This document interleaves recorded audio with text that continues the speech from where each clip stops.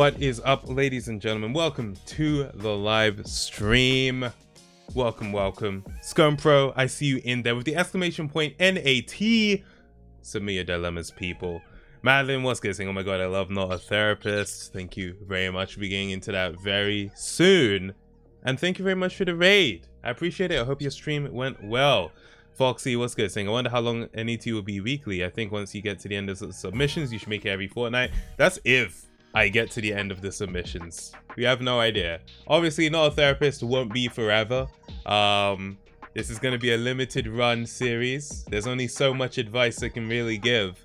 But for the time being, we're running it. So it's good. Don't talk. Okay, I'm sorry. Dude Perfect, what's good? Welcome to the stream. Scone Pro saying therapists jump up for the win. You know we out here. You already know we out here. All right. How's everyone doing?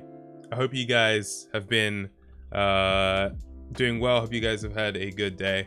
My day has been pretty good, just working on video and channel stuff as per usual. So it's been pretty good.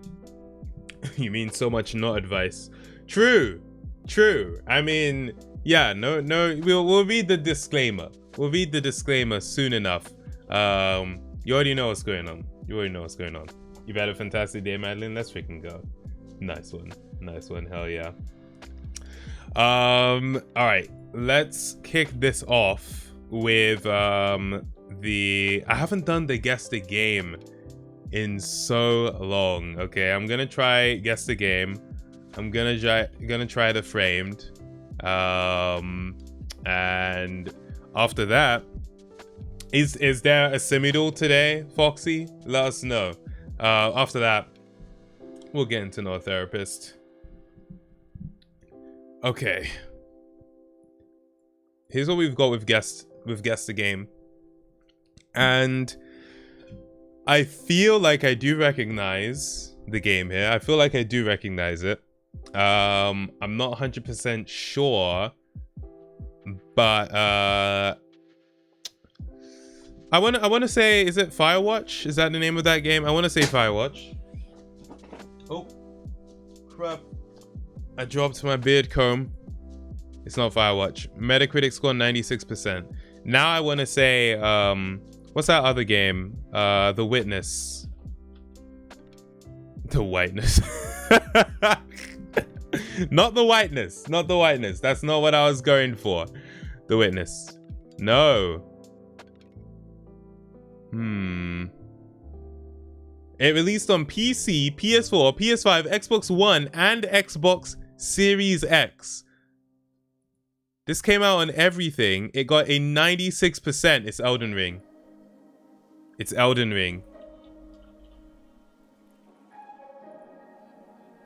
I was just thinking, I was like, a game that released on every single platform, apart from the Nintendo platforms, and had a Metacritic score of 96%?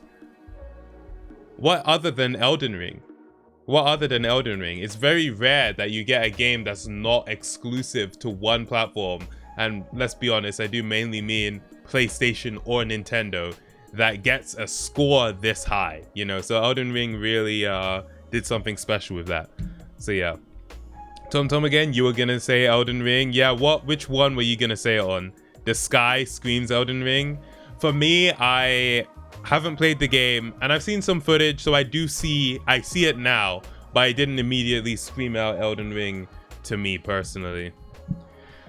Website Live saying thoughts on iShow Speed. I mean, he's a young dude trying to make it as a creator. From what I've seen some of the less tasteful things he's done, so that didn't give me a great impression of him at all, to be fair. But yeah, I mean, he's doing his thing, so I wish him the best, and hopefully we don't get more of that bull crap that he did earlier. But yeah, those are my thoughts. I don't, it's not for me, but I understand why people enjoy his stuff. So yeah. Foxy saying I will quickly make a simidol. Oh man. I got it on number 3. Can't even remember what it was though. Oh yeah, you're saying you got the game on number 3. Nice. Aben Ez, YouTube, welcome to the stream, or YT, I guess. Well, yeah, you know what it stands for. Wait, it's Skyrim. Oh, man. And yeah, here it's obviously Elden Ring at this point, obviously. He doesn't even show speed. He already used all of it. I mean, he showed speed during that charity match, I won't lie. Or at least he showed aggression. All right, this is the next one. We have a... Is that a deer in the distance, in the trees? Try episode or some more movie trivia. I'm kind of curious. It's the winter. Could this be The Hunt? That's not even over here. Okay. It's the winter. You have a deer, so it gives me hunting vibes. I'm not really getting anything else. It was shot digital, so it's a more modern film. But yeah, I'm not getting much else from this frame. I don't even have the basis of a guess. What's that? Is it Hannah? Is that the name of a movie? Hannah? Because I know that Hannah, you know, has, you know, the girl in the snow. Keller Dover, remodeling and repairs. Could this be Prisoners by any chance? Could this be Prisoners? I know my movies. I know my movies. Come on, let's go. Let's go. I was just like, this looks like it. This shot looks like it could be from Prisoners. I didn't recognize the names, but it just felt like, yeah, I'm getting Prisoners vibes. Plus what I said about it being a more modern film and the time of year. So yeah. We have the dude from 13 Reasons Why. We have the guy who from the first Iron Man movie and Viola Davis. We have Hugh Jackman. We have Donnie Darko. What's his name? Someone remind me? I can't remember. Something. What's his name? Someone remind me what this guy's name is. I can't remember. Jake Gyllenhaal. Yes. Thank you. Thank you. Santa Claus, thanks for redeeming Stretch and Hydrate. I will get to that. Santa Claus, I am all good. How are you doing? How are you doing? People, we're doing no therapist today, so exclamation point NAT in the chat to submit your dilemmas, your queries, your burning troubles. Not quite questions, your troubles. They look like a family, not prisoners. Yeah. To someone who hasn't seen the movie, I guess the title would be quite strange based on these screenshots. You know, it just looks like a family movie, and to an extent, it is. But let's just say it takes a turn. It takes a turn. All right, this is a TV show. Not sure. Not sure based on this one image. Have I even seen this show? That's the question. This looks like... What cultural food is this? Like, where is this food from? Will that inform what the show is? Potentially. For some reason, I was inclined to say Orange is the New Black. Not because I think this looks like prison food, but that was just something that automatically came to mind for me, and I don't understand why at all.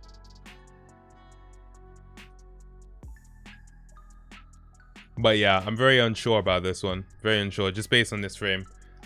Just so I have a guess. Okay, Orange is the New Black isn't even there. Next frame.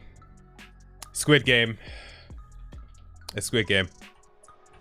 So the first image was so hard for me, because I was trying to figure out, like, culturally, what food is this? And I was thinking, could this be Indian, or could this be, you know, Mexican? I did not actually think it was Asian, but yeah. Or Korean, I guess, specifically. Indian is Asian, but I meant like East Asian. Anyway, yeah, you see this, it's immediately Squid Game. So I feel like they made it too easy. Like, if they put this, I might not have immediately gotten it, but you put this, I mean, come on. This is like obviously Squid Game to me, because these are where the guns were in the first episode. Oh, it's Thursday. No wonder he's wearing the clothes. Indeed, indeed. Oh, Sconepro redeemed a posture check too? Okay. Did anyone get it from... Wait, Sconepro, you got it from the first image? Damn, okay. GG. Who else got it from the first image?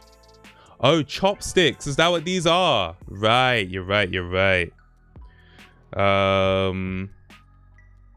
Never mind, no chopsticks. No, these... I mean, I feel like these could be chopsticks, actually. I think you're right there. I think you're right. I would have seen the second one and said The Truman Show. Yeah, see, I would have said that too. It's only because I know this is an episode one. It's not the movie one. But yeah, I was thinking along the same lines. Okay, so this is like a film trivia thing. Let me just see daily challenge. Guess the name of the movie using as few plot keywords as possible. So individual. Individual? Plot. Individual. So a movie about a person. I don't know. Forrest Gump. Obviously, that's what I'd say. Dancing. A dancer. A film about a dancer. A film about a dancer. Black Swan. Robbery. Okay, so a film with dancing in it and robbery in it. Dancing and robbery. What a weird combination. A film with dancing and robbery. Baby Driver. He didn't dance. That's the only problem. Like, it was musical, but it wasn't dancing. And that's not even an option I can choose. A film about dancing and robbery.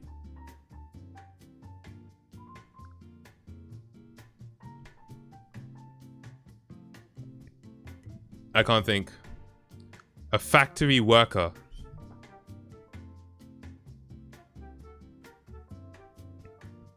A factory worker? Dancing and robbery.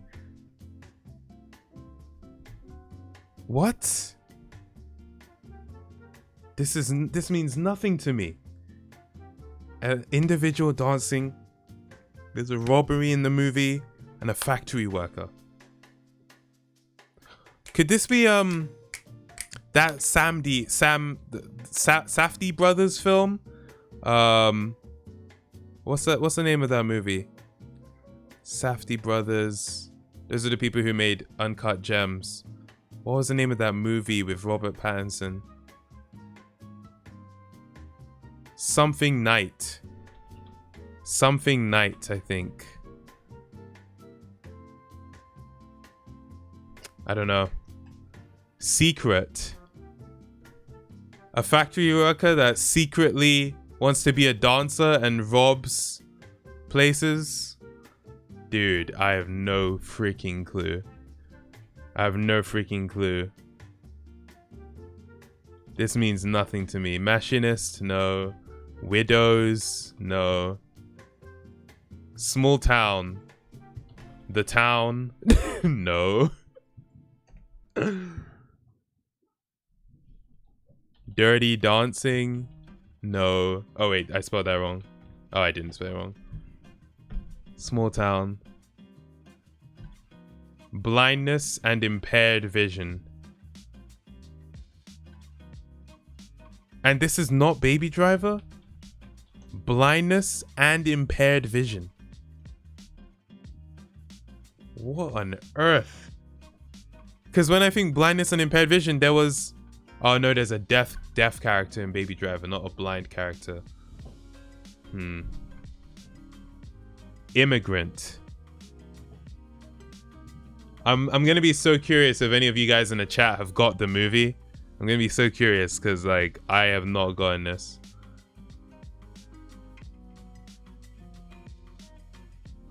Eye operation. Eye operation. Naivety.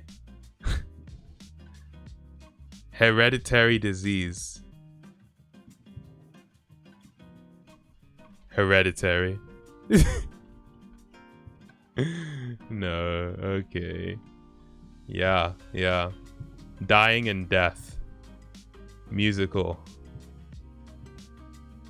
Debt. police officer. Released 30th of June 2000. Dancer in the Dark. Did anyone in the chat get that? Did anyone in the chat get that? Dancer in the Dark. Never ever heard of that before. An Eastern European US immigrant with a love for musicals has to cope with the gradual loss of her vision.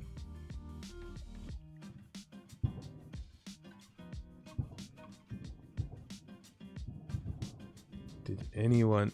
Are they firing fireworks outside? Damn.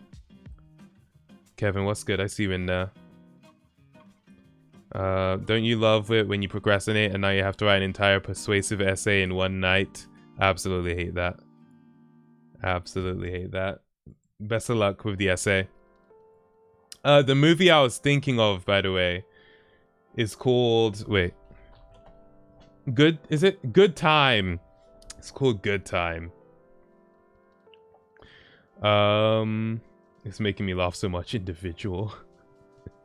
Decent rating on Rotten Tomatoes. Yeah, I mean, the Dancer in the Dark film, it had a decent rating overall. Poster door in 0 seconds, like me. We'll see. We'll do the semi-door, we'll do the poster door, and then I'm not going to be giving you guys therapy. Oh, this is Contagion. Or The Wolf of Wall Street, one of them.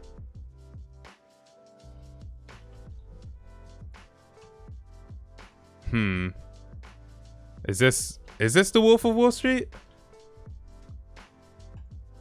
Oh, okay, then I guess I don't know what movie this is. Is this Good Will Hunting?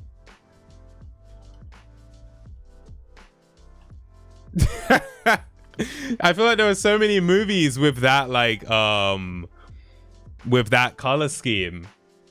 Does Contagion have that color scheme? Oh, it... I think you can understand where I was coming from, but it's not quite the same. It's not quite the same, but you can understand where I'm coming from, just with the yellow, right?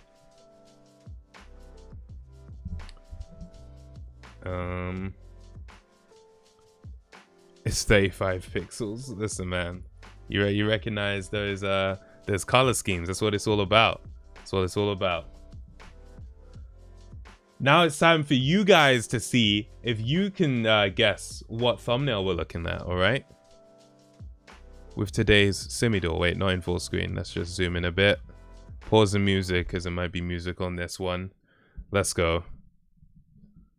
This was edited in 2 minutes during the stream. Wait. No, this can't be it. This was yesterday. Why? Where's today's one? Hold on. Bruh, what is this? Okay, this is terrible. Now I know you put no effort into this. You guys will see what I mean when when I show you. Bruh. Okay, so we have a few okay, I mean, what video is this from? This is how I know you literally did this in 2 minutes during the stream. Apart from you just saying it, I mean, come on. What video is this, people? If you guys don't get this one, I'm gonna be so disappointed. The latest one, Disney. Yeah, it's the newest video. You literally just went on the channel, grabbed the newest video. Bruh.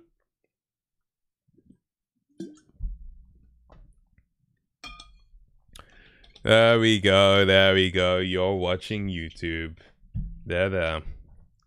Well, not there, because that's more of a comforting. But you know what I was trying to say. Sachi, you already know. You need to apologize for being late to the stream. Hope you enjoyed open day at school. That's pretty cool. I said the same thing about English A level again, and I couldn't pronounce words properly after. Oh, you were like repeating. Yeah, I mean, I remember, going to open days and yeah, people asking questions and you answer it over and over. Yeah, I get you. Not watching YouTube here though. It's true. This is not YouTube. And you know what? This is also not therapy. People, welcome to the stream. As per usual, I have a bit of a disclaimer to share with you. My lawyer asked me to read this to you before I proceed, just to protect myself legally. So give me a quick second while I pull that up.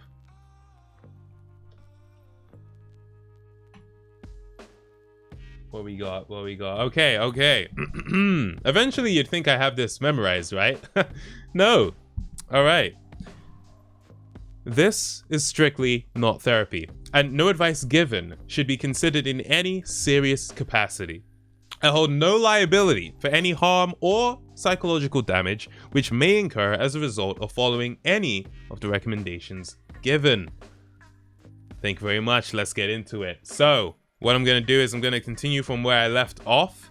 And so submit your new queries, but I'm going to make sure I go through all of them. And the ones that are just complete rubbish, I'm going to skip past. But that's how we're going to do it. I've been psychologically damaged from some of these inquiries. You heard the disclaimer. That's not on me. So you're going to have to deal with that on your own. Sweet.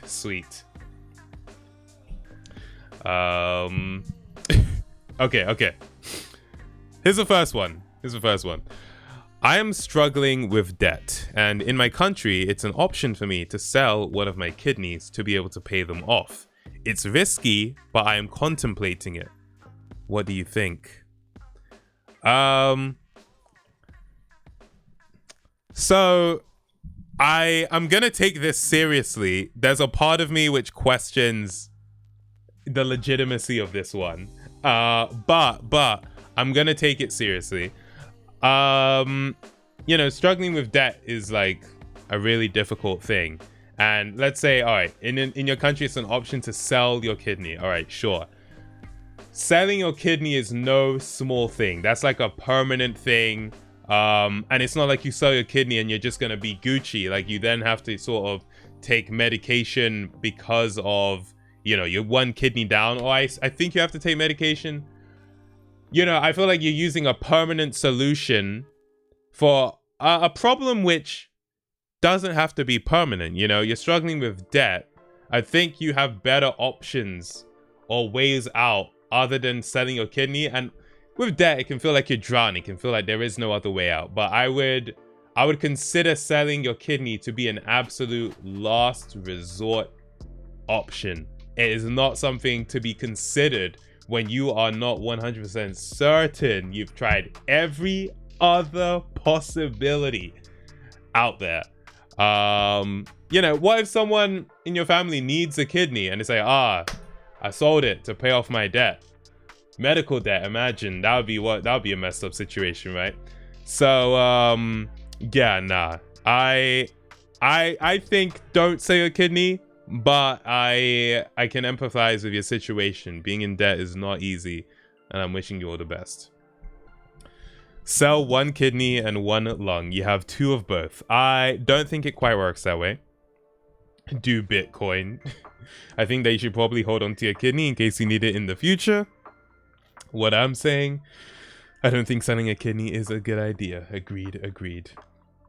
Aren't you the guy who snuck into a movie when you were like 14? I am indeed that guy. That is me. Allegedly. Okay. You should freeze your kidney, bruh. Alright, what else have we got here? I bought myself a Jewish mouth harp and have been struggling to play it. Can you give me any tips on how to improve my Jewish mouth harp skill? So I have no idea how to play this instrument. I think this is the first time I'm hearing of this instrument, in fact. As far as, tips on how to improve, I think the tips on how to improve in this are similar to the tips I'd give on how to improve with any skill you're trying to learn. Look at tutorials. YouTube is a great resource. Any books, this, that, and the other. Like, look online, find resources, and then it's about commitment, consistency, and practice. Okay, you need to be committed to getting better at playing the Jewish mouth harp. If you don't really make it a real goal to get better at playing it, it's not really gonna happen if it's just a fleeting thing. You need to be consistent with that effort, and that's where practice ties in. If you say, I'm going to practice every day for 30 minutes, over time, that'll compound majorly and you'll be much better. But, you know, as far as the specifics of the Jewish mouth harp, what does the Jewish mouth harp even look like? Let's pull up some images. Okay, I have seen this before, and I still don't understand how this works at all. You bite it, okay, in order to play it. I want to like watch a video of someone playing this. Give me a quick second. I need to see this. My grandma gave me a mouth harp, was unaware it was Jewish. Oh, nice. Well, maybe your one wasn't Jewish. Maybe your one was just a mouth harp. I don't know if that's how that works. Probably not. But yeah, let's see.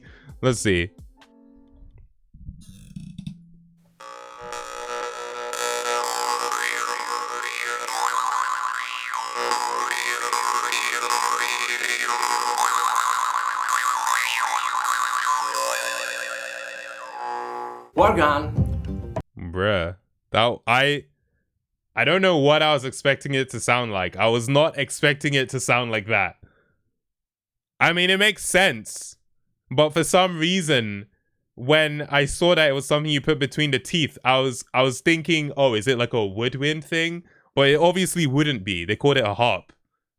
So it's going to be a string instrument, or at least kind of like a string instrument. That was weird. I wasn't expecting it to sound like that. I would wonder what kind of melodies you can pull off of it, or if it is more so just that kind of, I don't even know how you would describe that sound. Resonant? I don't know. But I mean, best of luck. Yeah, this is literally a video. How to play the Jew's harp. Freaking watch this video. That's the answer to your question. All right. Happy to help. Always here to help. This beats piano for real. You can also find someone who knows how to play the mouth harp. Just a straight up mouth harp. Let's go. I thought Jewish mouth harp was a euphemism. Oh no, apparently it is called the Jewish mouth harp. Am I gonna watch the Mario Brothers movie trailer? Premieres at 9:05. You know what? Give me a reminder at 9. Is it happening with like the Nintendo Direct? Give me a reminder at 9. We'll check it out. 9:05 UK time, right? Not 9:05 wherever the hell the Direct is being held. Let's see. Simi, old friend. It's good to talk once again. My dilemma today is that I'm simply too attractive for most mortal men to accept. Whatever shall I do? Thank you for taking the time to answer my query. Regards, Carl. What number is that? Is that like the 69th? Oh, okay. Thank you. You're too attractive for most mortal men to accept. I don't know what the dilemma is. Like, you don't need mortal men's acceptance. If you are a god, as that phrasing would suggest, or at least immortal, why do you need the acceptance of mortal men? I think what we're really seeing here is you seem to have a need for other people's approval. And I think that is what you need to focus on more. You know, you don't need their approval. You are too attractive for them to accept. That is actually not your problem. So if you can reach an acceptance with that, I think you'll be doing just fine.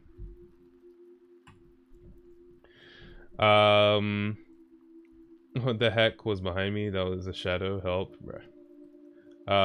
I'm not unbanning your alt, Foxy. It's not happening. Stop asking, bruh. One account. We are getting quite therapist-ish up in here. I'm not a therapist. I'm not a therapist. I guarantee that. Okay, let's see. Nothing much right now. I think this is because it used to say what's on your mind instead of what is your dilemma. But I'm kind of scared that I will never be able to go home after needing to go back to my native country to be there for my grandma when she got COVID. I'm now stuck. I'm getting used to it, but I still feel homesick sometimes. This is a real shame. You know, it's a shame that you are stuck in your native country and you feel that you won't be able to go home, I think it's quite noble that you went there so that you could look after your grandmother. This is something there's not much I can say because I don't actually know the situation. Is it a thing of you can't go home like because of, immigration issues or something? Or is it a thing of you don't want to leave your grandma? You want to stay with her?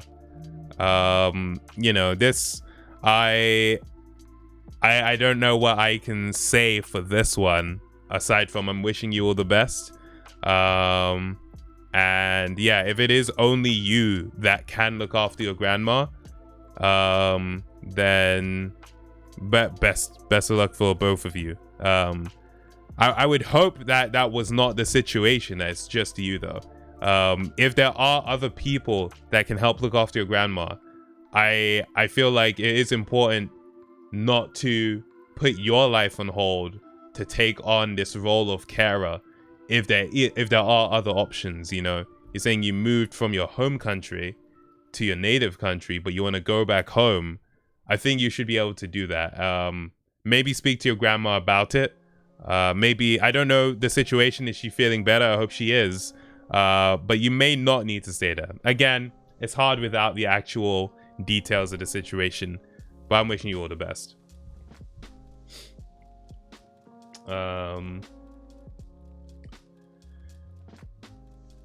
It's not going to be a forever thing. You're saying, yeah. I mean, hopefully not. It's one of those things without the actual details. Is it like, in what way are you stuck? But yeah, nothing's forever anyway. So I'm sure you will be able to return home in due time. Sachin, you may absolutely not pray to me. No way. No chance. She-Hulk had to have a story recap because we just had 6 filler, you mean? Episodes, and it's the penultimate episode. Huh? Okay. Let's see. Okay, one serious, one jokey. One, I feel like an NPC in my own life. We actually responded to this exact same query. I think it was in the first Not a Therapist stream. So hopefully that will help you. The second one, I average 9 hours of screen time every day. I'm addicted to tech. Please help. So if we break it down, let's say, on average, you sleep 8 hours a day. Now, when someone's addicted to tech, there's a chance they're not sleeping that much a day. But let's just say on average, you sleep 8 hours a day. So 9 out of 16 hours in a day, you're on a screen. Now, let's say you have a job or you go to school, and it's not strictly, a job or, in school, you likely wouldn't be staying at a screen all the time. But let's say your job is not strictly a job where you're looking at a computer. That means that, it seems almost all of your free time, if we just break up the day into the hours, it seems almost all of your free time is spent looking at a screen. Now, for me, I spent a significant amount of time looking at screens too. One, as just the nature of what I do with myself all day, working on videos, doing live streams. And, in my downtime, I even like to look at my phone, I guess. I don't use my phone that much compared to what I know about other people.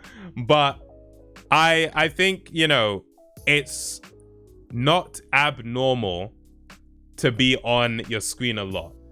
I think it's an issue if you are identifying it as one. As you are here, you're saying you feel like you're addicted to tech. You feel like even if you tried to stop, it would be hard, because that's what addiction is, right? It's a thing where you almost feel like you can't stop doing it. With that, I would return to what I said in previous Not a Therapist streams about breaking habits. If you have a habit of looking at your phone first thing when you wake up, I'd say really try to break that habit. And what I'd recommend is, and I did this, every night before I go to bed, I'd plug my phone in. I would say plug your phone in as far away from your bed as you can, so that, when the alarm goes off in the morning, if you use your phone as an alarm, you have to physically get up and then go and turn off the alarm with your phone. So one, that's a hack because it allows you to actually make sure you get out of bed and not just hit snooze while you're in bed. But I guess after you do that, you could just then start checking your phone. So what you have to do next is immediately do something when you wake up. And for me, it's very simple. I go to the bathroom and I brush my teeth. So immediately I've woken up, turned the alarm off on my phone, I go to the bathroom. That's what I do as soon as I wake up. And when you do that, now it's not like, okay, I've woken up looking at your phone, because you can do that. You can wake up looking at your phone immediately. An hour passes, you've been looking at the phone. It's like, hold on a minute, what's going on? So if you give yourself that initial like separation from your phone, I think that helps. Another thing I'd say is notifications are huge. Now for me, when I get a notification on my phone, I don't have the automatic reflex to look at my phone or to answer it. And I think part of that is me training myself not to have that response. Because I mean, having that response is something that gets trained into you. So I guess I detrained myself out of that. But the notification itself can still serve as a distraction because now you know, oh, there's something on my phone waiting for me. So I'd say turn off notifications for... I think there are some really useless notifications out there, I'm not gonna lie. Like, if you have Twitter, someone liking your tweet, someone replying to your tweet, all that stuff, turn off all those notifications. I think those are completely useless notifications. If I'm on Twitter, I will see that stuff. I don't need to be told that's what happened. Same thing with Instagram. I remember Instagram, I don't know if it still does it, but like Instagram would notify you when someone liked your image, and I'm just like, what is the point of that? Like, I will see it when I go on Instagram. I don't need to know the instant that someone liked a picture, you know? The only thing I have notifications on for are when someone messages me, because that's a sign they're trying to get my attention. So I will respond to that. So I would say try to cut down on the things that can actually notify you, so that you're only being notified when you're needed rather than getting all these messages. And a lot of these apps, man, they don't even ask if they can send push notifications anymore. They just notify you about everything. Whenever I download a new app and then it says, I don't know, it'll be the most useless. Okay, imagine Uber Eats, right? Listen, Uber Eats is a nice service getting food delivered to you. Are you craving dinner? We've got, shut up, right? If I wanted to eat, I would open the app myself. You don't need to remind me that it's dinner time and then make my phone start blowing up telling me to eat. Like, I just get so offended. I'm like, Uber Eats thinks it can notify me asking me to order something? Dude. So yeah, there's a lot of useless notifications out there. So turning those off, getting rid of those, that'll help. Any other tech tips? Try to do things that don't actually require a screen. You know, nowadays there are so many activities you can do. You can have, in my opinion, you can have a life that seems very fulfilling entirely on a screen. You can talk to people, you can play games with people, you can learn, you can argue, I guess, if that's part of you. I guess we'll just fit that into talking to people. You can I mean, you can rest. You can watch those ASMR videos. You can even rest looking at a screen. It's important to do stuff that doesn't require you to look at a screen. Read a book and not a book on the screen. You know, I actually really like reading ebooks because it's quick. But if you're trying to cut down on screen time, read an actual book. I think an underrated activity is just zoning out. But don't zone out in front of a screen. What I would do is I'll turn, because my window's here, right? I'll look out the window, or I'll sit on my windowsill and just freaking look. No thoughts, head empty, zone out. You could call that meditation. You can call it meditation if you want. I feel like that's more focusing on breathing and being present within your body. But just essentially, not everything you have to do has to be some major thing. If you're just trying to get away from the screen, just look away from the screen, and don't feel like you're missing out on something. Okay, look at my FOMO video on YouTube. Don't feel like you're missing out just because you're not there. You don't have to be there. Okay, step away. Yeah, all right, that's I feel like there's so much that could be said here, honestly. Obviously, in real life activities, exercise, go running, go to the gym, play a sport, meet up with friends in real life and do an activity that is not involving looking at a screen. Just go out to dinner or just go to a park, just hang out and talk. Don't go to a movie. I mean, this is all about avoiding screens. I love going to movies, but if we're trying to avoid a screen, don't go to a movie. See a show, see a live show instead. Yeah, that's it. That's what I'd say. Simi effectively said, go touch grass. Touch grass, I mean, I wouldn't want to get my like fingers wet and, you know, people have been stepping on the grass. You can touch it if you want. To each their own, to be honest.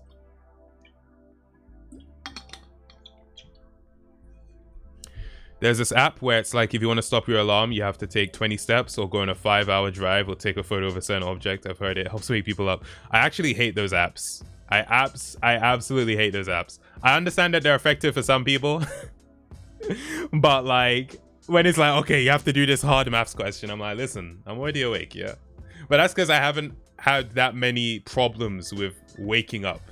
If you have real problems with like waking up, then I get it. But for me, I'm like, dude, I just need this alarm to stop. Simi said, look at grass, but don't go outside. I'm a bit of a psycho. How? Bruh. Let's see. You choose how hard the maths is. Yeah, I know. They said like some difficulties, right? Yeah. I wake up easily because I have things to do, plus a sense of urgency. Right. Yeah. You know, it's much easier when you have like an agenda of what you're gonna do for the day. When it's sort of a free day, or you're not particularly motivated to do anything, it can be much harder. I do understand that. My friends would sleep in and miss school. That would give me stress hives. Right, yeah. Grape Dino saying he really be reading everything around me. I mean, I'm reading it. Not everything I read is worth reading out loud. I mean... Bruh. Alright. Let's see the next one. Let's see what we got.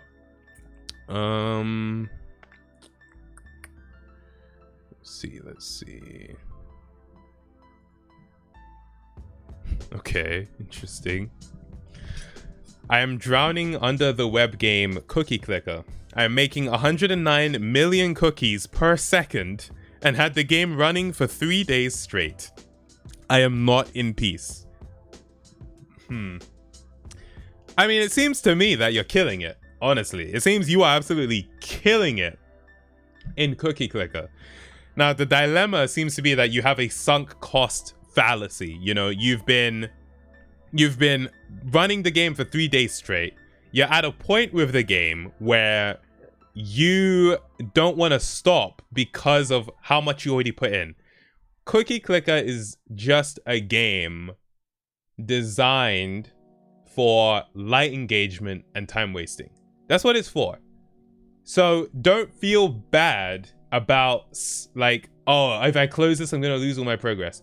That is a big part of the point of the game. It's just something you invest some time into, have a little bit of fun, see how big you can grow your cookie empire, and then you let it go. You let the cookies go. Now, it can be hard to do that, and I'm not rushing you.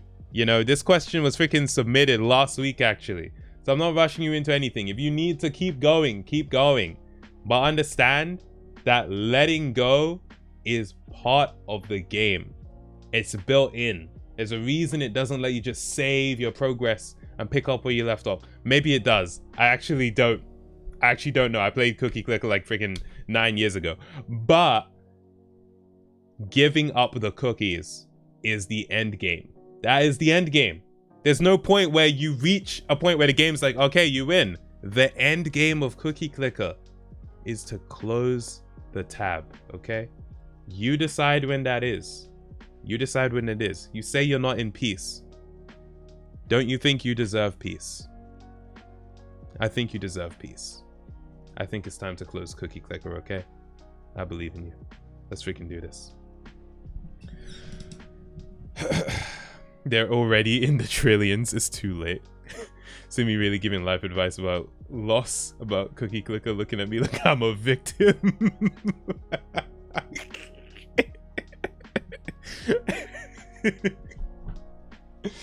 Oh man. Cookie Clicker, the truth. Make that video real. You want me to make a video about the philosophy of Cookie Clicker, yeah? Never thought you could get philosophical on Cookie Clicker. Whoever said that one should play Cell to Singularity. I feel like that's probably not for the best, honestly. Oh man. I make 463.648 duodecillion cookies per second CPS. I've had it running for a year, bro. Cookies per second. Amazing.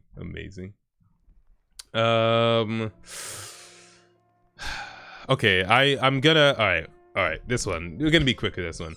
Girl who moved schools from last therapy. So this is in reference to the dude who was like, a girl moved to my school, I don't know how to approach her. Okay, we started talking to each other more, and since then, using your advice about how do I get to know her on a deeper level, more than just talking about school stuff and whatever, do I just let it play out? Listen, like, at this point, it's like you have to decide what you say, right? Like, you can't be like, all right, Tamago, what do I say next? Like, you've started talking to her, and you know, if you're talking more regularly, it seems you're getting along. Clearly you seem to be more interested in, you know, seeing where this can go romantically rather than just being a friend. So maybe give it a bit more time and then see if she's on that same level. But again, she's new to the school. You don't want to like pounce on her. You know what I mean? Give it time. I can't tell you specifically what to say. I can't tell you what to say. You're saying, do I just let it play out? I think, yeah. Like, just take it easy. Just talk. Just talk. Take it easy. There's no pressure here, okay? You don't want to put pressure on yourself. You don't want to put pressure on her, okay? Take it easy. Take it easy. Start making noises, and if she... ask if she wants to play Donkey Kong. You just ask questions, yeah. Skylar, do you even know how many cookies I make a year? Even if I told you, you wouldn't believe me. Ask her on a date and invite her back to your place. Eventually, yeah, go. Why not? Yeah, sure. My mom says we can go to my room, but we have to keep the door open. All right, is it the Nintendo Direct that they're doing the new Super Mario Bros. Movie thing? Nintendo UK. I've got it open. So we'll check it out when it's time. I'll just mute it for now. But yeah, you said 9:05, right? So we still have time.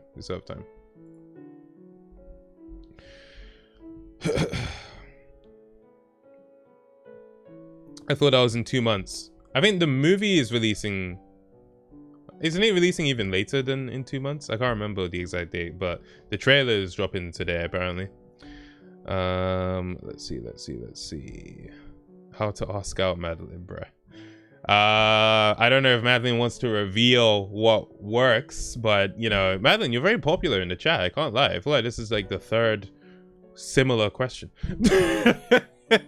All right. Okay. This is interesting. I'm not great at balancing stuff. Just started going to the gym. It makes it harder to balance between school, since I'm on my GCSE course, and physical activity. Also, I'm doing my Duke of Edinburgh award, meaning I have to volunteer and take part in a skill for 6 months. So we had a question earlier about, you know, how to balance a busy life, and it was someone who was balancing between focusing on school and focusing on swimming practice, I believe. So this is similar. What I'd say is, it can definitely feel overwhelming at a point where, you know, you're doing your GCSEs, you have all these subjects, maths, English, science, 3 chosen subjects, maybe an extra subject, a language. You have like, you doing Duke of Edinburgh, I did Duke of Edinburgh as well, where you have to do volunteering, you have to do a skill, you have to do the expedition. There's also another thing that I can't remember that you have to do. You start going to the gym as well. Like, you have a lot of stuff going on, right? And it's easy to get overwhelmed. I definitely remember feeling overwhelmed at a point or multiple points throughout school and even beyond, where I just felt like I had a lot of things going on. You're asking how to like start balancing stuff. One, prioritize, okay? Like what is important to do, what don't you really need to do. The stuff you don't really need to do, the stuff where it's like, actually, if I didn't do this thing, it wouldn't really matter to me. Push that to the side, let it go. If all of these things you've decided are important to you, then you need to start getting organized. Use a calendar, use a digital calendar, in my opinion. I used to use a lot of paper calendars when I was younger, but I would say use a digital calendar. Now I use Google Calendar to just every little appointment, every little thing I need to know is happening on a day and a time is noted on my calendar, so I don't have to remember it. I just get notifications. I know what's happening this weekend. I know what's happening Wednesday after school. I know you always know what's happening. Calendars. Have a note-keeping app. You can use something like Notion. You can use Google Keep. You can use Evernote, whatever. Have a note-keeping app somewhere where you can write stuff down and put a notification to remind you, and then leave it. Essentially, what I'm trying to like get you to do is, it's related to what Madeline just said. I just hope I remember. You want to make sure you don't hope you remember things, right? You want to make sure that you don't have to remember anything. Even these live streams, I have notifications and reminders. I don't have to remember I'm going live. I'm gonna find out 5 minutes. 7:55, yo, you're gonna be live in 5 minutes. I'm like, oh, right, okay. Like, you're trying to reduce the mental load on yourself. And this is just because I'm actually a very like organized person in general, so I know this isn't for everybody, but these are my tips when you're balancing a lot of things. Schedules and organization. You want to reduce that mental load and use technology as your assistant, you know? Like, make technology your personal assistant. Get it to tell you what you need to be doing. I think getting started with something like Google Calendar, just so that any appointments you may have are noted, is a good place to start. I would even put my lessons on Google Calendar, you know? They would give us those contact books where, you know, we'd write down our timetable on there. I would transfer that timetable onto Google Calendar. Eventually, you remember what class you have, what period. You remember it, right? But again, you're trying to get yourself to a point where you don't have to remember anything. So get it down, get it noted, get notifications going, get reminders going. Just stuff so that you can know what's going on. To-do lists are good as well. I use those all the time. I used it today. Had to go to the post office today. Had to order something for my brother today. Had to what else did I do today? Did some grocery shopping today. Did some video editing. Like, yeah, like anything I have to do, okay, note it down. And it's not like you can't live without this stuff, but you just, when you have a lot of stuff to do, you have to make it easy for yourself. Make it easy for yourself. Baby yourself. Helicopter parent yourself, I guess. Just try your best to make sure you're not, running around headless, basically. I have a whiteboard on my fridge and I just write down my upcoming dates, like dentist appointment in 3 days. Do you update it when it gets closer? Because I'm like, if it says in 3 days and then you forget and the next day it still says in 3 days, aren't you going to be like, oh crap, wait, is it in 3 days or is it in 2 days? But yeah, another case today of Sumi saying is perfect. I absolutely did not say that, nor do I imply that. Not that whatsoever. 176,000 people want to see the Nintendo Direct Mario movie 16 minutes before it actually starts. I mean, yeah, we want to see what this is looking like. I'm on the Nintendo UK account right now. Maybe I should go on the official Nintendo account. There'll probably be more hype in those comments, even though I'm 100% not going to be looking at the comments, but you never know. Let's see. Nintendo of America is the default one. I thought they just have like Nintendo and that would be like the Japanese one. Maybe they do and I'm not checking, but yeah. All right, we're good. We're good. I'm always at the fridge, so I see it all the time. Replacing my brain with iPhone 14. That's the goal. That's the goal. I identify as an attack. Wait. What is this a reference to, bruh? Bruh. Let's see. America, bruh. My room is so dark, I forgot where I was. We probably have time for one more dilemma before we get into the trailer.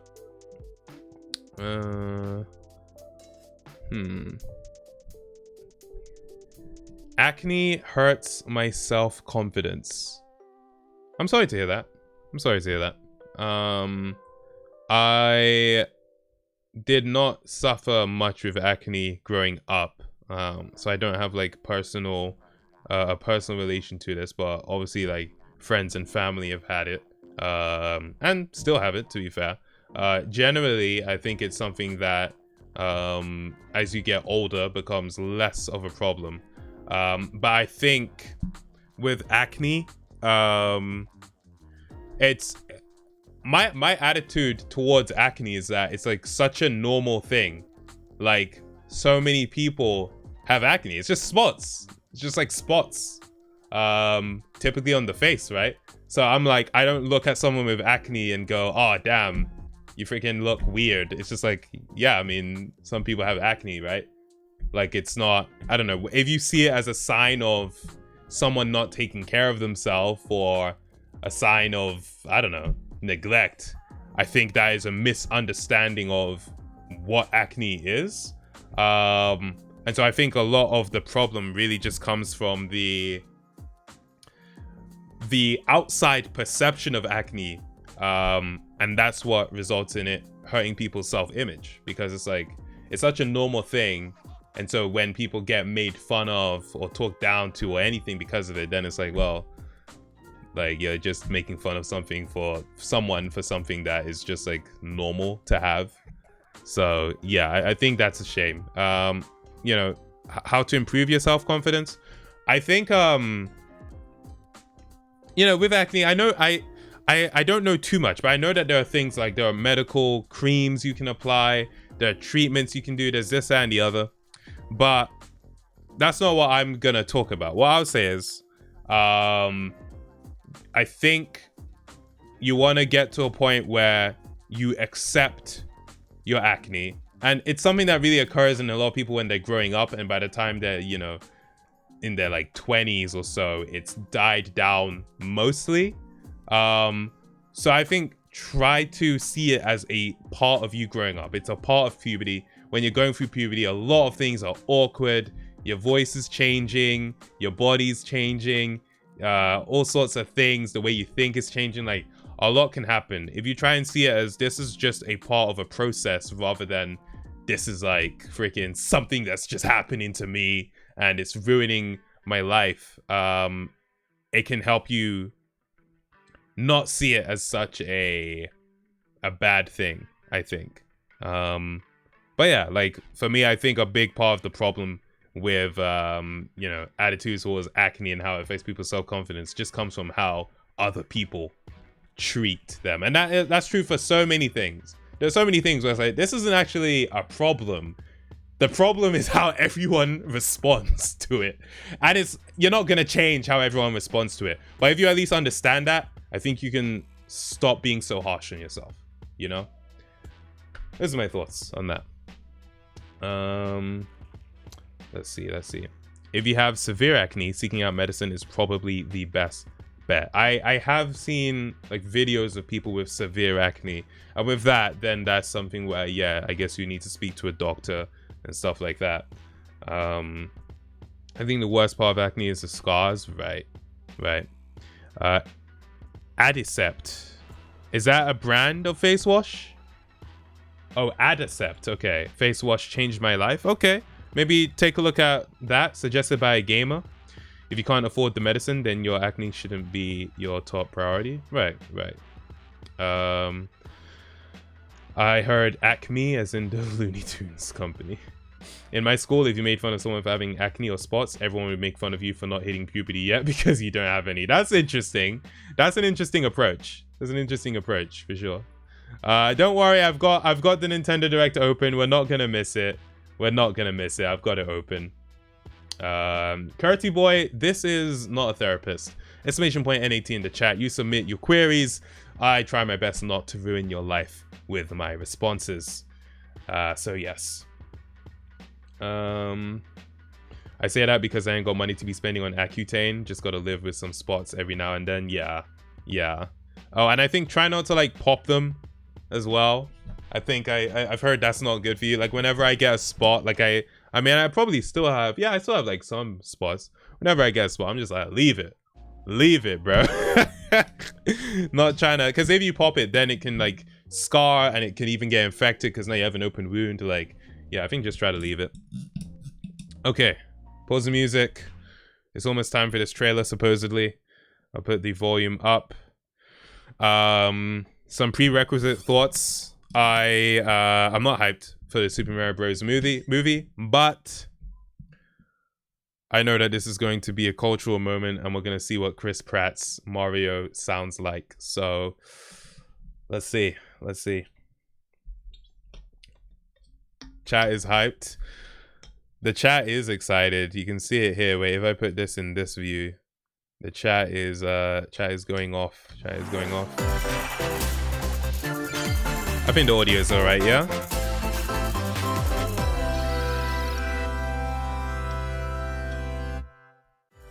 Hello everyone, I'm Shigeru Miyamoto.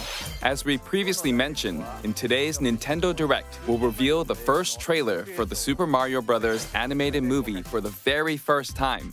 This Nintendo Direct is also being broadcast simultaneously at New York Comic Con. Hello, New York Comic Con. Hey, I'm here. It's been nearly 40 years since the original Mario Bros. Game was released in Japan. Today, lots of people around the world are playing Mario games. Thank you all so much. Finally, the world of Super Mario Bros. Will become an animated movie. We've been working on this movie together with Chris Meledandri from Illumination for a long time. All the time ago subs get a world premiere showing all the way Mario through movie. The time flew by If as they're we were covering having the price, fun let's figuring go. out how to depict the Super Mario characters and world. Now, I'd like to hear from Chris-san, my Wait, good you want to friend see the and chat? great partner for the movie. I can show it like this if Let's you want. bring him in. Chris-san. Thank you, Miyamoto-san. I am speaking on behalf If of you wanna our see the chat. directors, Michael Jelinek, Aaron Horvath, and the entire Illumination crew of artists when I tell you that producing the Super Mario Bros. Movie with you and your team at Nintendo has been an absolute privilege. Our crew is filled with Mario fanatics, Chris Pratt and they're looking bringing different. the very best That's of not their the Chris talent to San I this want. film every day. Next week, we complete animation. We're knee-deep into lighting and compositing. Composer Brian Tyler heads to the scoring stage in just 11 days. He's been working hand-in-hand with Koji Kondo to integrate classic themes from the game into the film score. Miyamoto-san, it's been over 7 years since we first started talking about making this movie together. Yeah, the And fact it that is they did it thrilling direct, to you know they were finally going to be talk a here lot before to show they the actually very showed the first trailer. look at footage with Mario fans at Nintendo Direct and at New York Comic Con. Miyamoto-san, shall we go ahead and introduce some of our cast? Okay, so Chris-san. they're not showing the Now, trailer yet. I'll still. introduce two of the stars from this movie. Both of them love Nintendo games and made this into a really fun movie. Jack Black is Are you definitely ready? being shown. Maybe Chris? Growing up, Yeah. man, I spent hours of my life stomping Koopas. He's trying to the remember original the name. Mario Brothers arcade game at my local laundromat. And then, of course, it came out on Nintendo, and I played that. I mean, maybe years of my life. It's an honor, truly, to be able to speak to the man who created those memories for me. You weren't that It's big a an honor to fan. work You just alongside. liked it. It was just, you Been a know, it's lifelong like, yeah, dream of mine, Mario is become cool. Mario. Whatever. That dream, like all dreams, faces one critical challenge, as in the film. I must face off against an utterly He's lying. We all know he's a scene PlayStation stealer. fanboy. Every great hero needs a diabolical enemy, and I promise Okay, you yeah, I knew it was could gonna be not Jack have been Black. paired with the more perfect king of the Koopas, Bowser, and my friend, the great and hilarious, supremely talented Mr. Jack Black. Thank you, Chris, but I can't let you have all the fun. Now it's time for us to make this moment all about me. While you've been dreaming about playing Mario, I've been preparing. Look at all this Koopa muscle I packed on. And this flowing mane doesn't just appear overnight. Do you have any idea how long it took me to learn how to breathe fire? I had to go learn it from Gene Simmons of Kiss. And all this hard work's Jack been Black worth is it, though. like I am a so gamer, proud man. to have been able to collaborate with you and Miyamoto-san, as well as the entire Very Nintendo cool-looking and guy. Illumination team on this cinematic experience, one that will make its mark on Mario fandom forever. Much love. Peace out. Thank you, Chris-san, Jack-san. All Jackson. right then. Thank you all for waiting. Let's press the start button. Let's go.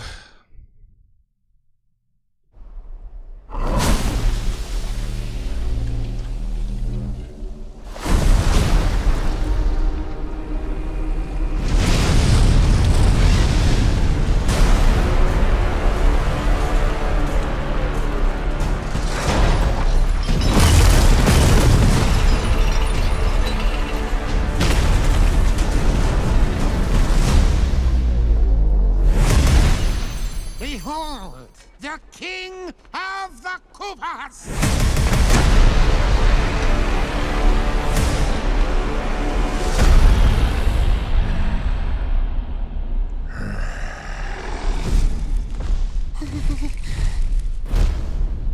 Open the gates!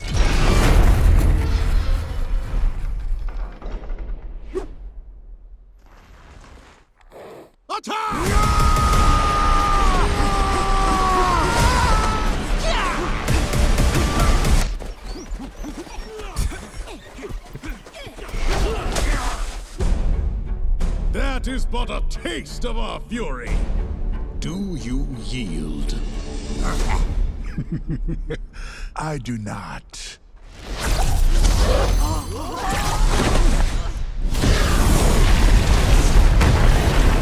I'm not gonna lie, this looks kind of sick. I finally found it. Now who's gonna stop me?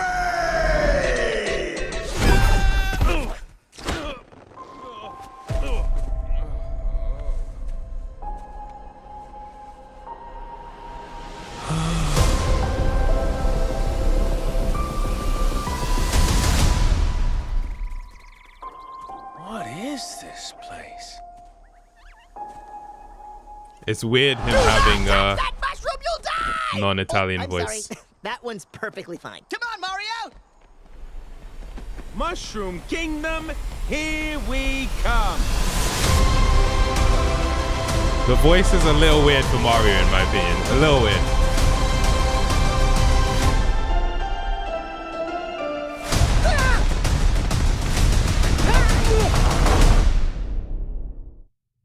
That looked cool. I want to thank That looks all cool. of you for being part of this moment with us, and we're excited to share even more footage in the coming months. I'm looking forward to it too. What do you think will happen during Mario's adventure in the Mushroom Kingdom? Production of the movie is going well. Currently, like with any looks Nintendo cool, game, honestly. we're working on the finishing touches. I hope you're looking forward to the next trailer. It'll be a great experience watching the Super Mario Bros. Movie in movie theaters. You'll get to see the Mushroom Kingdom on the big screen. Look closely and you'll spot things in all sorts of places. This film can be enjoyed by people of all ages, so I hope you'll get to a movie theater and cheer for Mario. That's all for today. We'll see you next spring in movie theaters. Thank you. All right, sweet. How are we feeling? Madeline's saying, "Wow, I will never watch that." Yeah, I mean, so do I feel like I'm gonna watch it? I don't. You know what? I wouldn't turn down an invite to check it out. I actually wouldn't turn down an invite to check it out. but it looked cool. The animation looked cool. The part with Bowser looked cool. I thought the penguins were cute. The Mario part, for me, his voice was just a bit weird, you know? It was just like, oh, okay, this is just Chris Pratt's voice. I'm so used to it's a me, Mario. Sorry, my voice. I can't do the voice. I'm sorry. I can't, but you know the voice. You know the voice I was trying to do. I'm so used to that not hearing that was really throwing me off. I can't lie. It was really throwing me off. I thought Jack Black as Bowser, well, it was fine. I think they could have gone for someone with a bit more of a gravelly voice, I think, to make it even more menacing, but it was fine. It was fine. Yeah, those are my thoughts on that. Seems like a standard video game movie, not bad. Yeah, I don't think it's going to be a bad movie, so I'm looking forward to, you know, seeing the reception it gets when it's out. Jack Black should have done Mario. That would be interesting. I'd be interested to know what that would sound like. Mario's face. Oh, I see the memes. His face. What did his face even look like? What was his face even like? Do I even know? Let me try and find a good pause on his face so we can analyze that. Wait. I mean, he looks like Mario, to be fair. There's something different. There is something different. Is it the eyes? Let me see, like, Mario from Odyssey. Because he does look a little different, and I'm not sure why. Okay, I've got a good picture that we can use to compare. So what is it? I mean, I guess he's not wearing his hat in this one, but there's still something about it that looks different to me. Something about it looks different. I don't know what it is. His mustache is slightly thicker in this one. And it's black, whereas this one is the same color as the rest of his hair. To be fair, it looks fine. It looks fine. He looks knockoff. The eyes, the mouth, the eyebrows, and head shape. So everything. Freaking everything. Looks like Chris Pratt a bit. You think so? I do feel like they made him look a bit more Caucasian, but then again, he's Italian. So like... You know what I mean? The OG voice actor is a bit too exaggerated for a full movie. I do get that, Black Wolf Google, actually. But then, that being said, didn't they have a Super Mario TV show? Who was the voice of Super Mario in the TV show? If it wasn't Charles Martinet or Martinet. But yeah, overall, I think the movie looks pretty, very pretty. It's made by the people who do the Minions, right? I get that, but Chris Pratt. People said Mario isn't thick though. I mean, he's got a bit of a tummy. Or do you mean, what do you mean thick, bro? Like, it's a children's movie.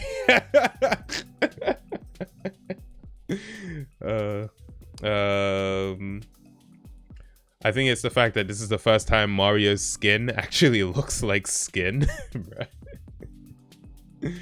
The dude in the Super Mario TV show had an Italian accent, but it wasn't super exaggerated. Ah, okay. Right. I think Pratt was doing a New York accent. Oh, okay. Fair. Not enough ass on Mario. Did we stop our therapist just to see the Mario movie trailer? So yeah. Let's see. Bowser's the best part of this. Yeah, no, I thought that part of the trailer was really cool, honestly. Very cool. So yeah, what I'm seeing is people saying he looks more real. He looks less like a video game character, more real. Which, you know what? I get what you mean. Oh yeah, and he's wait, hold on. Where's my other image?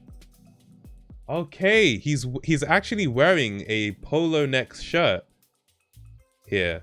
Like if I just skip ahead, he's wearing a polo neck, whereas in all other images of Mario, he's just like wearing a, I mean, it goes right up to his neck. You don't actually ever see the collar of his shirt. I mean, this image. Oh, but that's like a zombie torn shirt. So it's the first time we're seeing Mario's collar, which is kind of weird. I'm not gonna lie, kind of weird. But yeah. The teeth as well. Oh yeah, and then we have Toad. Toad looks good. I like Toad. Showing a bit of chest for real. Hopefully he's still a plumber. I'm sure he is. They can't change his profession like that, surely. Hot Kappa, what's good? I think it looks alright, but the vibe I'm getting is that it'll be like the animated Japanese Mario movie for the story, kind of. There's an animated Japanese Mario movie. Wait. Which one? Let me see. Wait. Memes come from this. I feel like I've seen memes of this. Is this what you're talking about? Right. Interesting. Interesting. I think... Oh, wait. I already read that. It's a Minions thing, but without the Gru logo. Copy and pasted. Wait. What's the Minions thing? You talking about the polo shirt or what? They had actually already changed his profession. He's not a plumber anymore. For real? Wait, what's his profession now? This needs to be an emoji. You know what? I can see it. I can actually see that working as an emoji. Not gonna lie. I can see that working. The polo, right. I get you. But yeah. Alright. Those are the thoughts on the Mario movie trailer. Pretty cool. Pretty cool. It looks like it's gonna be a very pretty movie. Will I watch it? Time will tell. The answer is probably not, but hey, you never know. You never know. He's a magazine editor in this movie. You're joking, right? You're joking? Nah, come on. Come on. Kevin, I can't say it'll be reduced as a result of this movie. But hey, you never know. You never know. All right, let's see. We're back to not a therapist, people. Let's see what we've got. Let's see what the next dilemma is. Okay. Take a look. Did I ever play Mario on stream? I played Mario Kart on stream before, but I've never played another Mario game on stream, I don't think. So Simi, you already know who it is because this dilemma is to do with sick form. It's Sachin, of course. Take a guess right now and tell me. But anyway, my dilemma is that I am somewhat struggling with economics. Like my teacher is going a bit too fast for my liking. Right. Like for example, there's a topic called PPF and I kind of understand some of it, but I don't think I'm cut out for A-level economics. I do enjoy the subject and I like studying, but I think it's a bit too difficult and I think I will fall behind. Do I change to a new subject or should I keep working on economics and do extra work? The thing is though, if I change my subject, I don't know what subject to change it to. I hope you can help me. And I love the Not a Therapist streams, by the way. This is Sachin, of course. I'm glad you enjoyed the streams. Okay. I can tell this Sachin because it's a mile long. Yeah. If my therapist stopped our session to react to a Mario trailer, I'd ask for my money back, not gonna lie. So it's a good thing I'm not a therapist then, isn't it? So with regards to this, A-levels are like that. I think everyone goes through a period during A-levels at the start, like first term, which you're in right now, where you're like, oh, I don't think I can do this. This is going too quickly. I definitely felt like that. Like I was like, oh crap, this is too much. I can't freaking do this. What I would say is you're questioning whether you should stick with economics or switch to something else. I would say don't think that you're gonna switch to something else and it's suddenly gonna be easier, right? Like A-levels are meant to be a step up from everything you've been doing before. So let's say you switch to a subject you think is gonna be easier. You might be wrong. It might not be easier. In the very least, you say you enjoy economics. So even if it's hard, the fact that you enjoy it is a reason for you to keep going. If you switch to something you're not as keen on, that might not necessarily even be less difficult, you're not setting yourself up the best, I'd say.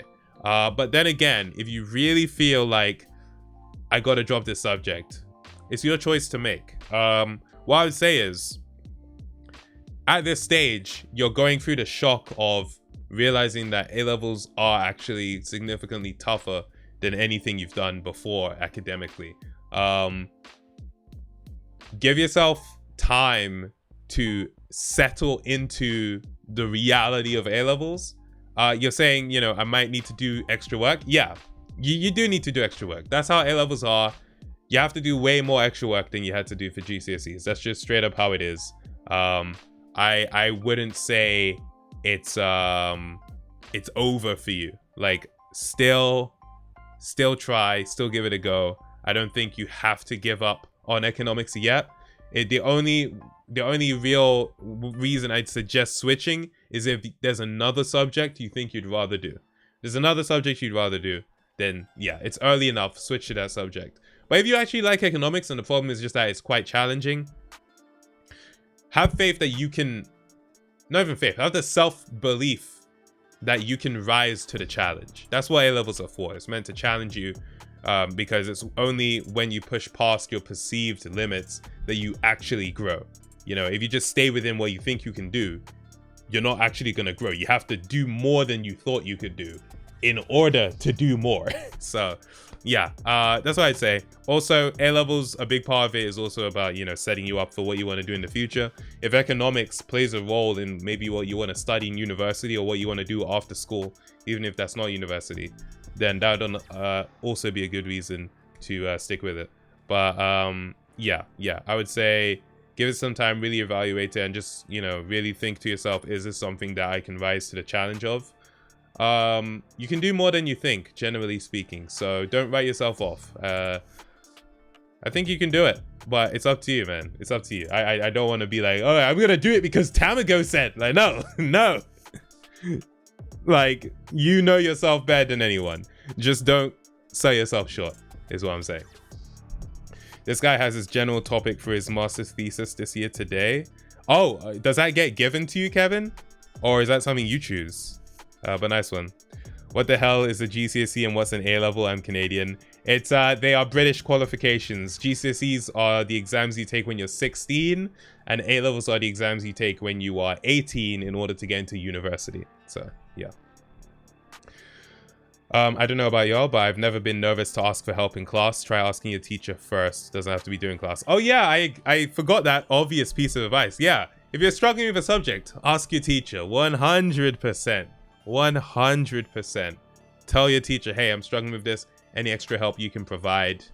Like that is the #1 thing. Your teacher is there to try and help you learn the stuff they're teaching you, right? So you should absolutely go to them first.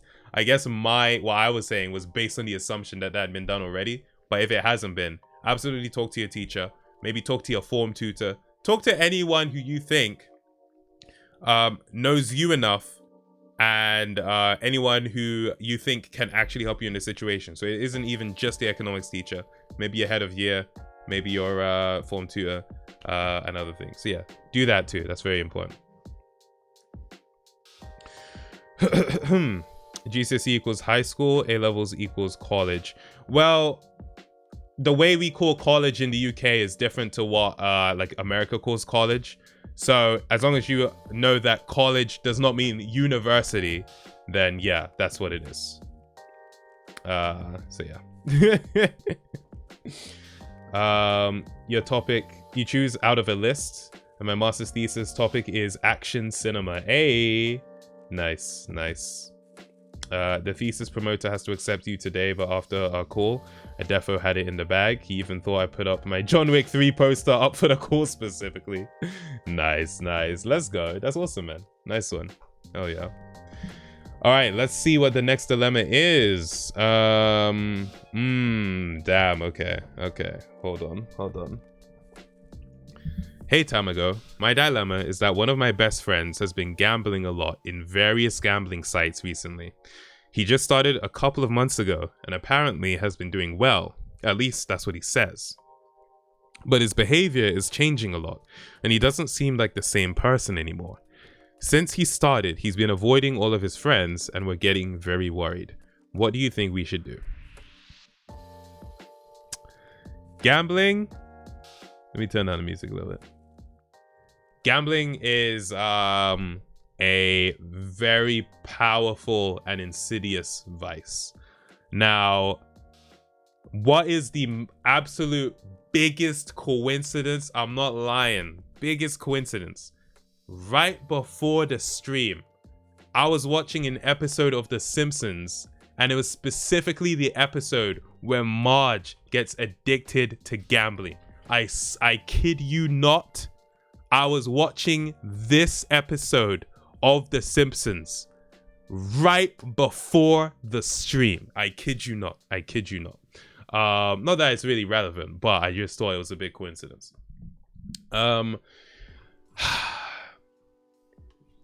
Gambling is gambling. It's such a shame, honestly. It's such a shame. So you get into it kind of like, oh, maybe I can make a bit of money, but you know, the way gambling works is that you're always going to be chasing losses, right? The house always wins. Your friend says he's been doing well, but you also say he's been avoiding all of his friends. There's a very high possibility, right, that he's not doing that well. He's lost some money, and maybe he feels shame. There's a shame that gets associated with a lot of addiction. When it comes to gambling specifically, because as a gambling addict, or just as someone gambling, you know that you're essentially burning your money. You know, it's like, okay, I gambled once with $5 and I made $20. So I gambled it all and now I lost it. Okay, so I took out $5 more. I gambled it, I lost it. I took out more. Now you've spent like £100 gambling and you kind of feel like, I gained nothing out of that. And I've just lost £100. And yet I still feel like one more gamble, I can make it all back. That's the whole idea. Like the idea that I can make it all back. That's how it gets you.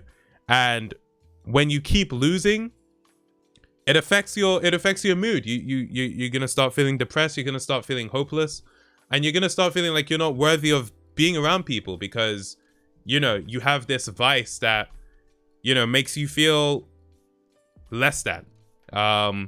So that's something that can happen. You know, I don't know the specifics, but that's potentially something that's happened with your friend. And I would say try to get in contact with him. I would honestly say try to get in contact with him, because you don't want him to be in isolation and then potentially the only people he really talks to are other gamblers. You know, you want him to still stay connected. Don't lend him money, like straight up don't lend him money.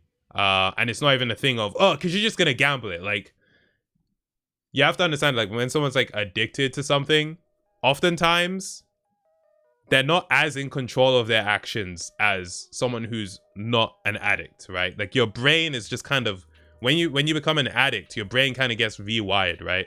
So if he ever asks for money and says, I'm not going to use it for gambling, I need it for this, get him the thing he needs it for. Don't give him the money, because even if he does need that thing, like, let's say he wants money because he has to, like, you know, buy some food or whatever, just buy him the food. Because if he gets the money and he actually genuinely needs the food, he might still be tempted to gamble it.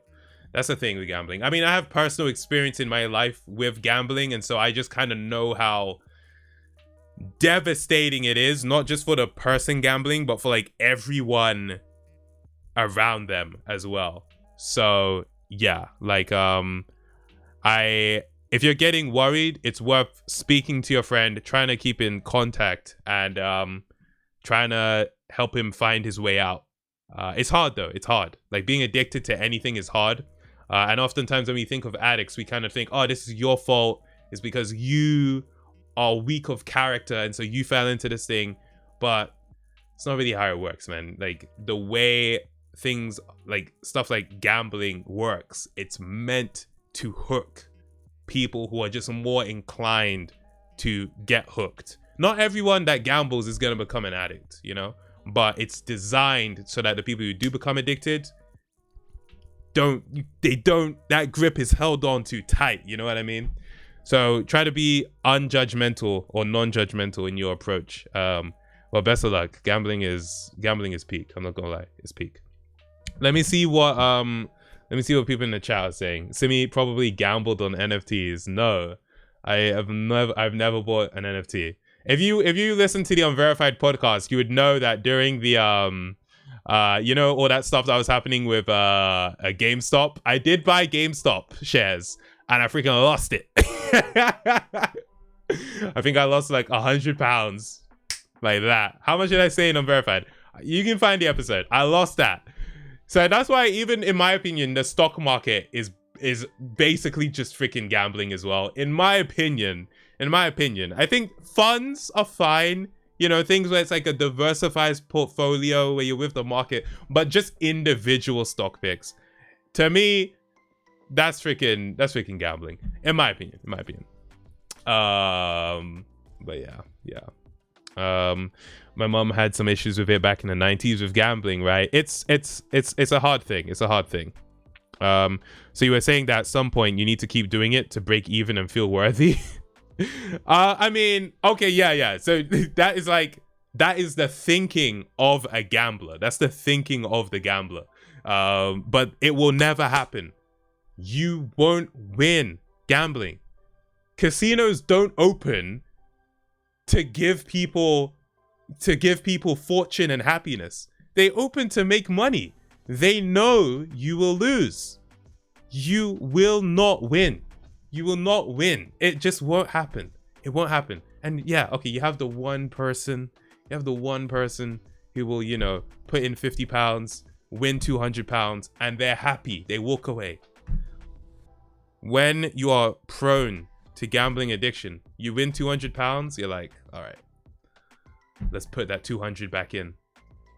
You lose it, damn. Okay, let me try and get my £50 back by putting in another 50. That's always how it happens. That is always how it happens. I swear that's always how it happens, man. Yeah, that's it basically. Snorri, what's good? Welcome to the stream. Gambling, let's mention the addiction to FIFA packs.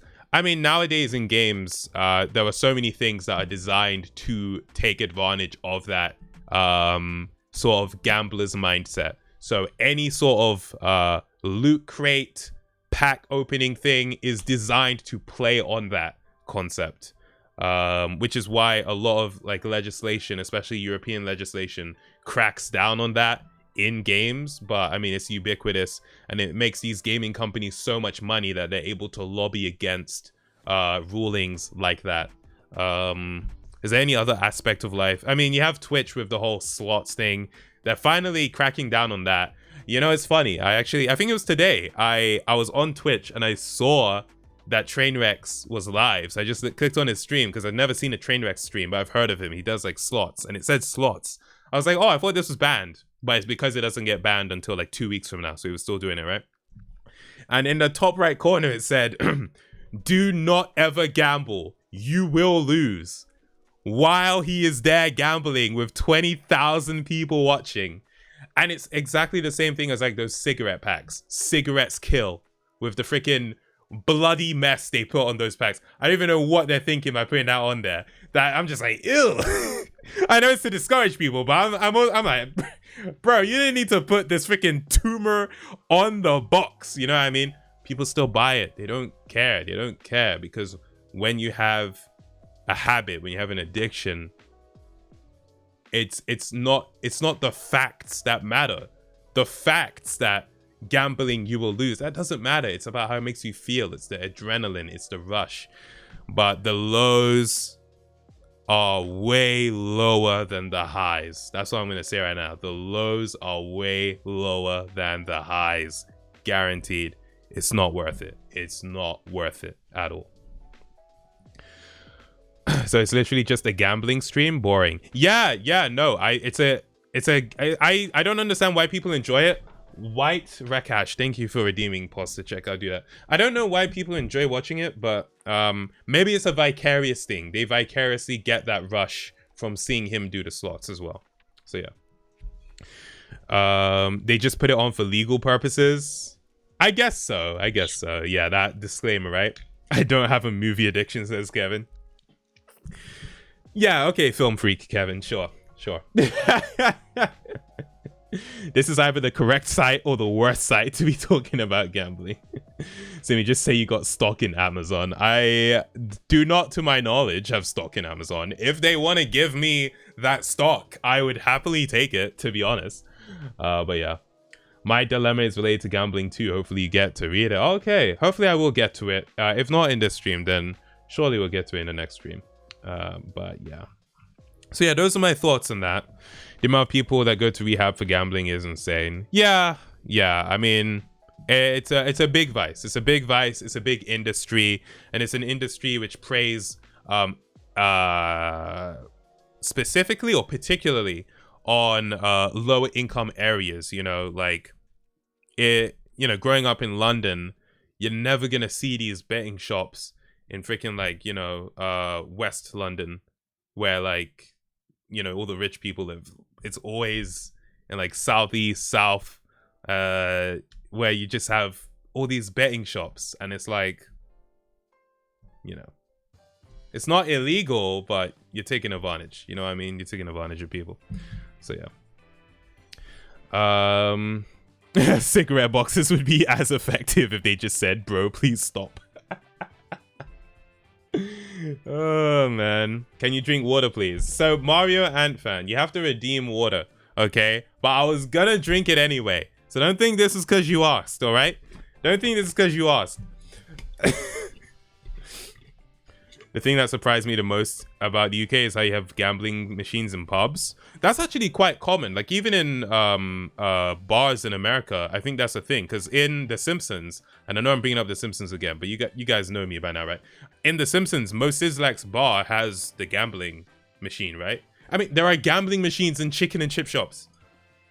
There are literally gambling machines in chicken and chip shops. They're everywhere. They're everywhere.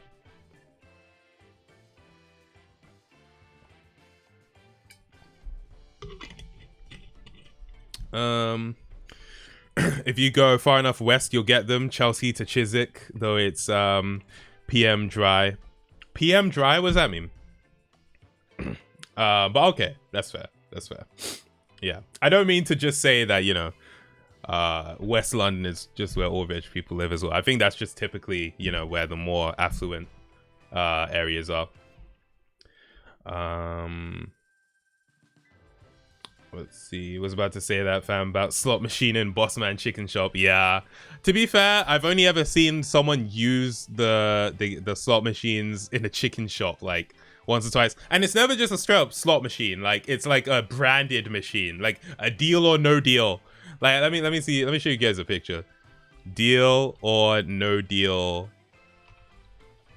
gambling machine. Let me show you. Yeah, this one. They'll just have this. Oh, it is a slot machine actually, right down here. Yeah, they'll just have this in the chicken and chip shop. It's like, what are you doing, bro? Yo, boss man, can I get 2 wings and chips? And can you get me can you exchange just £5 for £1 coins so I can play deal or no deal? Oh, bro. Can you pronounce Chiswick again? Did I pronounce it wrong? I thought that's how it's pronounced. I thought it was Chiswick. I didn't think. Let's see. Chiswick. Yeah, it's Chiswick. Sports betting shops are available the most here. Otherwise, it's casinos or scratch tickets, etc. Fair. Yeah, you know what? I haven't. Are casinos even a thing in the UK? Casino. I actually don't know of any casino I've ever seen in London. Or maybe I just haven't noticed. Okay, yeah, there are casinos. I don't think they're as prevalent though, because I know about the betting shops, but not casinos so much. Slots are very common on motorway services, right? Okay. Pretty much dry. Okay, I was wondering if PM meant pretty much. Like I've seen so few in that area and didn't even realize. So you're right. And yeah, chicken shops with the £5 jackpots for real. Oh man. That's when you know the ends of a scam. Yeah. We have casinos up north, fam, a lot, especially Manny. Right. You exit your house every once in a while. I do. Every once in a while. There's one in Westfield Shopping. Wait, Westfield Stratford has a casino. I did not know that. Interesting. Interesting. Doggy, what's good? What's good? All right, let's see what we got. Let's see what we got. All right. I got a glimpse of this one earlier. I constantly have back problems due to very often carrying very heavy loads almost daily. How can I help this and maybe lighten the load or convince people to help share it by trying to be a legend of the apex variety? Reese, all right? If you have back problems, maybe you should see a doctor, okay?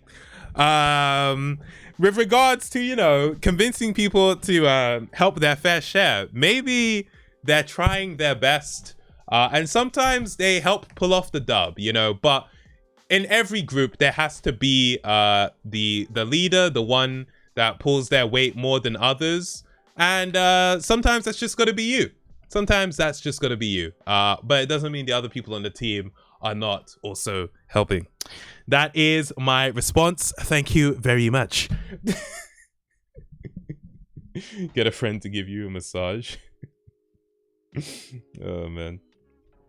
You with 0 kills, great production, bruh. Apex variety, I feel like Reese carries you in everything. Reese is a great gamer. This can't be denied. But I help.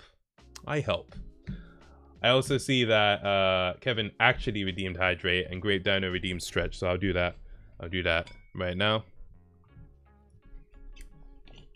Make friends easy. The Alpha, the Giga Chad, the Andrew Tate, bro.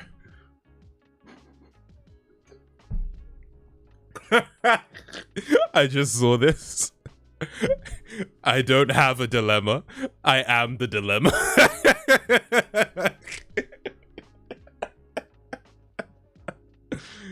You know what, yeah? Respect.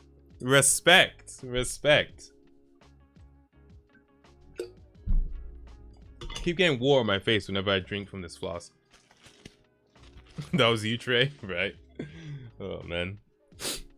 You always had the least amount of kills in Overwatch yesterday, though, so okay, 1, that's not true. That's actually not true.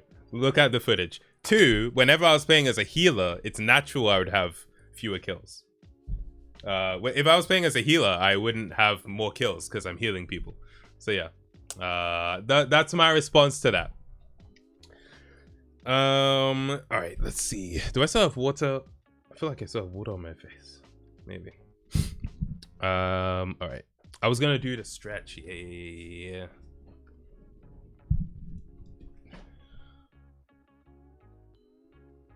Oh, damn. We have like a whole paragraph here as well. Damn.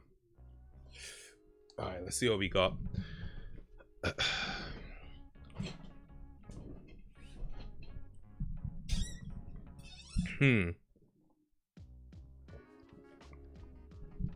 Hold on. This is long.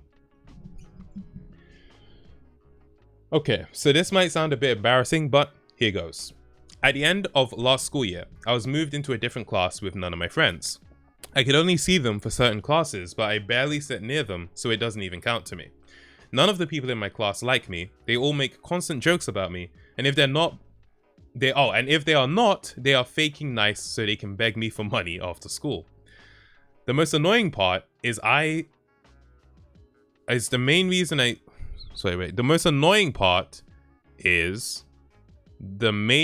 I think this is because in my English test, my stupid teacher taught us all the wrong stuff and told us the correct information after the test. And even when I complained to the head teachers, they said it was too late. Hold on. So you were moved to a different class as a result of you doing poorly in an English test? Is that what you're saying? Is that what you're saying? Okay, so now I'm questioning. So you're saying your teacher taught you all the wrong stuff. So your teacher taught the whole class all the wrong stuff. Did everyone fail the test? Because if only you got moved, then that would suggest somehow the other people in your class... I mean, yeah, you said none of your friends were in your new class. So all your friends did well enough on the test to not get moved.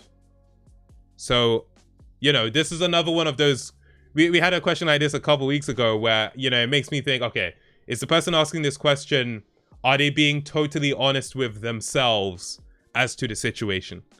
Because, you know, if everyone failed the test as a result of the teacher teaching you the wrong stuff, no one would have been moved because everyone would have failed. But if you got moved, it suggests that you were an outlier, right? So maybe we're putting a bit too much blame on the teacher teaching the wrong stuff. But hey, I don't know the situation. Yeah, I mean, I can't help you here. Like, there's no actual dilemma that I can provide advice for. If you really feel like you've been wronged, you can play it to the head teachers.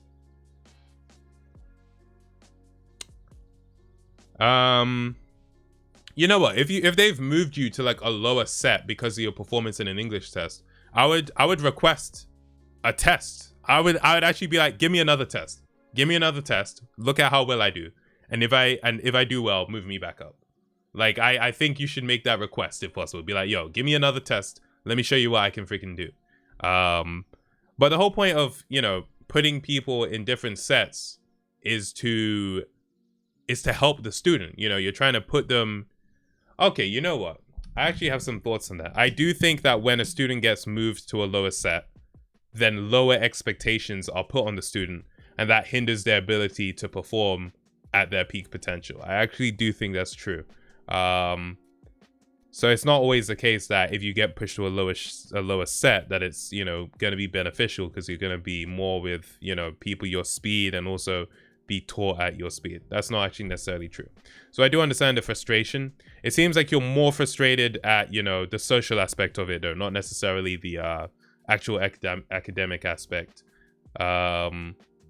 If it's just English, though, it's like one class. Maybe try and make more of an effort to see your friends outside of those classes then. Yeah. I mean, it's a shame that you got moved from your class. I don't know.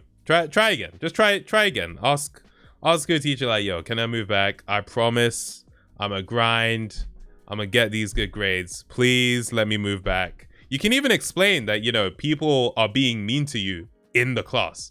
Like, explain, yo, I'm being bullied. Like, please let me back. I promise I'm gonna get you that grade. It's a bit weird how school works, where like you have to get the grade for the sake of the teacher rather than, you know, just actually trying to learn the stuff.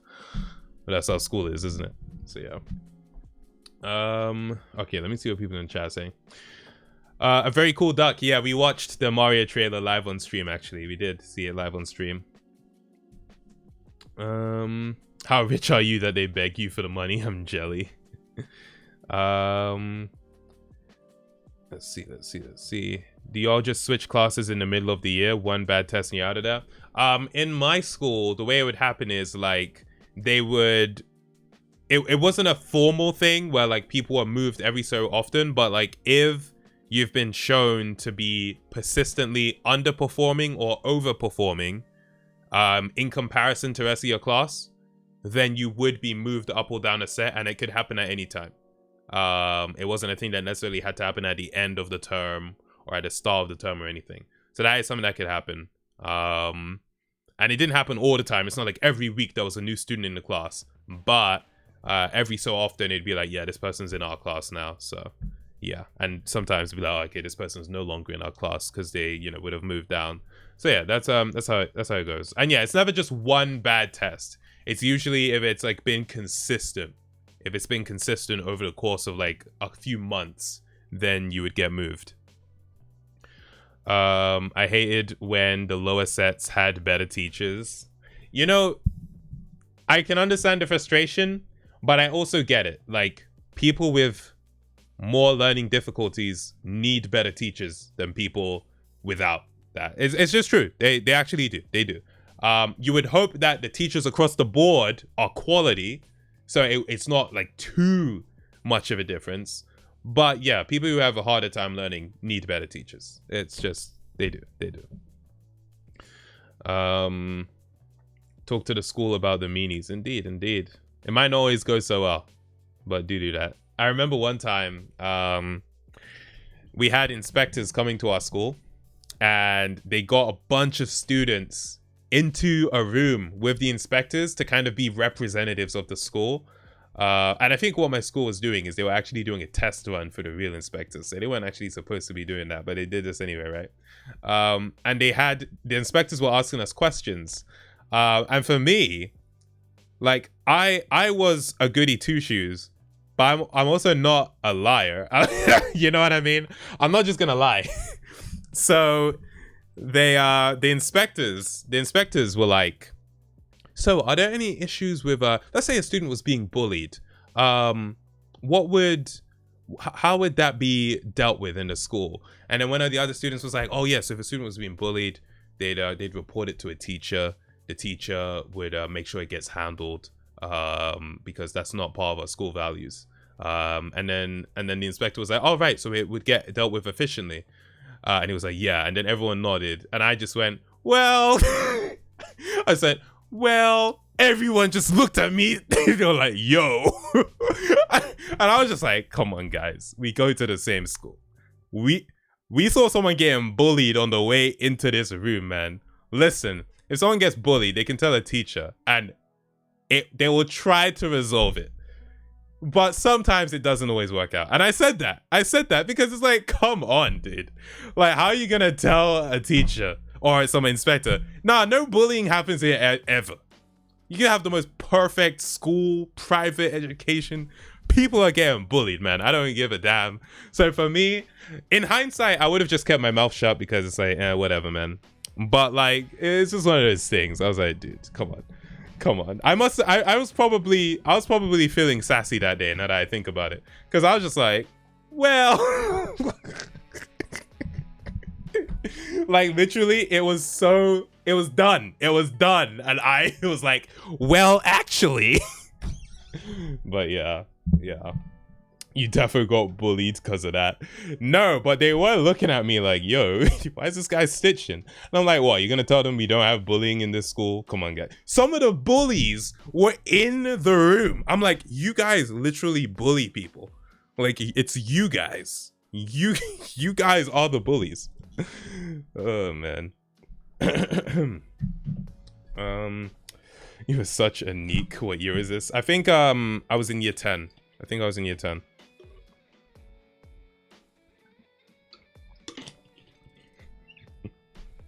So yeah. Anyway, that's my thoughts on that one. Hopefully that helped. I don't even know if it did, but I'm moving on to the next one. We'll probably do only a couple more. This is similar to what I was saying before. How do I get better at a subject I don't particularly like or have any skill at? Oh, okay. I didn't see the I don't particularly like part. Okay. So it's hard to commit to something you don't like. Well, when it comes to school and school subjects, you have to do it anyway, right? There's a lot of times in life where you're gonna have to do things you don't like doing well. You know? It's hard enough to do something you don't like doing, but to have to do something you don't like doing well is especially difficult, right? That just comes down, in my opinion, to discipline. Being like, listen, I know what it's for in the long term. You're doing this subject because it's part of your formal education. That is the curriculum of the school. And a indicator of success at that school, in that institution, is doing well at that subject. That's why you do it. If you get into the weeds of, oh, why am I doing this, man? How is this going to help me in the future? Listen, we know this. A lot of the stuff you spend your time doing in school isn't going to be useful in the future. It's true. But you're in an institution where your only job, your only responsibility is to do well at the tasks they've given you, all right? You don't have to like that's how it is, but that is how it is. And it's a lot less responsibility than you're going to be met with later in life.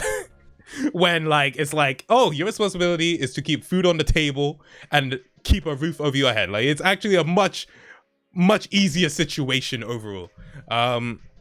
So try to employ some discipline.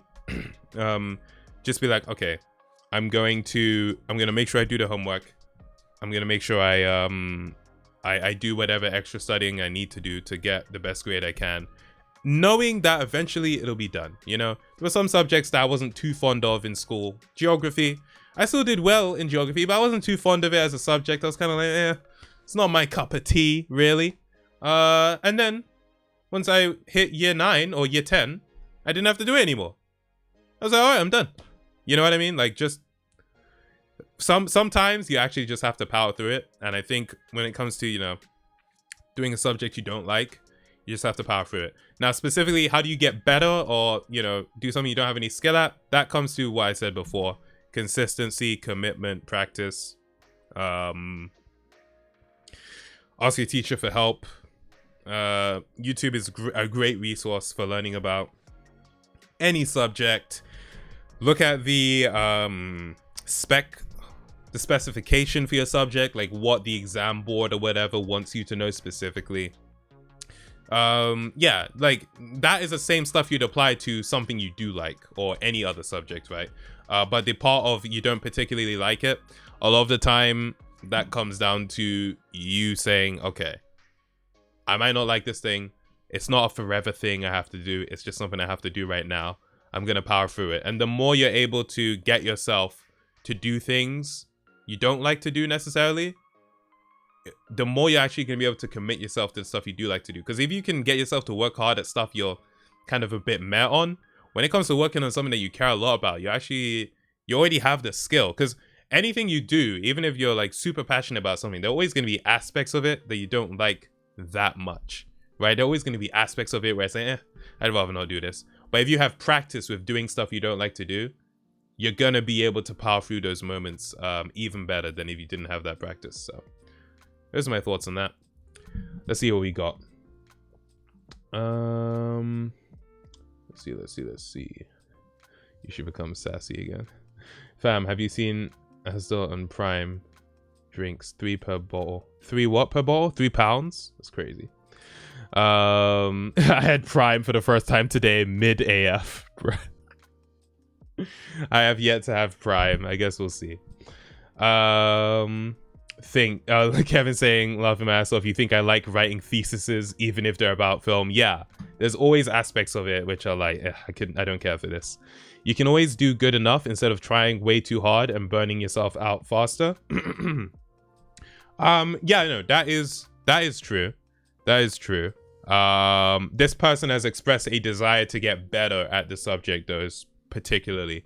So yeah, I'm trying to like specifically provide advice for improving. But yeah, you don't have to give your 100% in everything.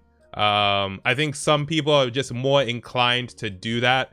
I mean, I definitely was when I was in school. But yeah, like you also pace yourself. You don't want to burn yourself out as well. That's true. That's true. My son couldn't be depressed. He has food, education, and a roof over his head. Yeah, that is how it works, actually. That's actually how it works, yeah. I hated chemistry, just bit the bullet and cheated my way through. Let's freaking go, Madeline. Oh, bruh. Living out. 50 saying that Mario movie trailer exceeded my expectations. Like, damn, it looks great. I did think it looked really good. I thought it looked really good. I feel like I've submitted dilemmas, but we haven't come across any, so I'm wondering if I just thought about submitting them. Interesting. I've never thought about improving myself. My bad. Have someone pointed out your fashion sense? Was that a dilemma to you? No, my fashion sense is on point. In the sense that I don't sense it at all, actually. I just wear what I like. That made no sense, and I'm aware. What questions are we actually at? I'm surprised this keeps coming. Oh, there are so many questions. We're at 183 and there are 202. And I think over the course of the stream about 10 or 15 more dilemmas have been added. So yeah, people have dilemmas, man. People have dilemmas. Okay, this is an interesting one. I find myself spending massive amounts of money on little treats for myself. Think new books, coffee, candles, etc. Does anyone know an effective way to budget? Because I can't do this forever. The most effective way to budget, first of all, is to budget at all, okay? And what you want to do is, you want to just create a spreadsheet. I think that's the best way to do it. Or you can use something like Notion or whatever. But I'll tell you what I do. Create a spreadsheet, put in your monthly, and I got this spreadsheet from Patricia Bright. She has a channel on YouTube called The Break, and yeah, she did a video about how she organizes her budget and stuff like that, and she had a sort of template spreadsheet that she sold for like £2, so I bought that, and I've been using that for like years now. So shout out to Patricia Bright. Like, honestly, like UK YouTube legend, one of the first UK YouTubers to reach 1 million subs, one of the first black UK YouTubers to like really pop off. Shout out to Patricia Bright. Respect. Anyway, aside from that shout out, budgets, right? So what you want to do is, how much are you bringing in per month? You know, like, what's your fixed rate salary or whatever? Hopefully you have one. If you're doing stuff like freelance, it can be a bit more difficult. But let's just say on sort of a below average month, what would you bring in? You want to like calculate for kind of the lowest, not for like the peak. What do you bring in per month? Then you want to break down your expenses. So stuff like your rent, grocery shopping, travel expenses, all that stuff. Then you want to have the stuff that's like your fun stuff. So entertainment, books, games, you know, all that other stuff. And essentially you fill that out for like the last few months, so you can figure out, are you spending more than you're earning? And you don't really want to take into account your savings, because you just want to know what your cash flow is looking like. If your cash flow negative, then you're burning through your money. You're spending more than you have, and so you need to like cut back on that. And if your cash flow is positive, then yeah, you've got a good chance for some savings there. Once you know that, then you can actually like figure out, okay, do I have a set amount of money per month I can reserve for these little treats? Because, you know, there's nothing to say you shouldn't have little treats. Like, treat yourself, you know what I mean? Like that Parks and Recreation thing. Treat yourself, you know what I mean? Like, enjoy your life. Buy stuff that you like. But you just want to make sure that the stuff you're buying isn't putting you in like financial jeopardy or something. So once you've calculated your budget for it, and I know the question is asking for an effective way to budget, but I don't know if there's like an effective way to budget. I think like budget at all, like have a budget. You know, if you want to use these apps like I don't know, Monzo, which is a bank where whenever you spend money, it categorizes what you spent. But sometimes taking the time to actually manually do it yourself will help as well. Like, I do it every month. I just look, okay, literally I look at everything I bought over the course of a month, and it just puts it in perspective. Okay, generally I'm spending a lot on this, I can cut back. Or okay, I actually didn't spend that much this month for this, that, the other. Once you have that budget, you know how much you can afford to spend on that stuff. And then it comes down to a discipline thing. I think so much of just being an adult is discipline, you know, like being able to delay that instant gratification. So if you can be like, okay, you know what? I want this new book that came out, you know, that Jeanette McCurdy book looking straight fire, but it would be outside of my budget for the month. I'll buy it next month, because next month it would be within my budget. So just being able to do that, I think is the most effective thing. So yeah. Was I not in focus? How long was I out of focus for? Damn. Let's see. Oh, this is me. All right, Madeline, let's go. I hope that helped. Leak the spreadsheet. See, I wouldn't want to do Patricia like that, you know what I mean? Patricia Bright, etc.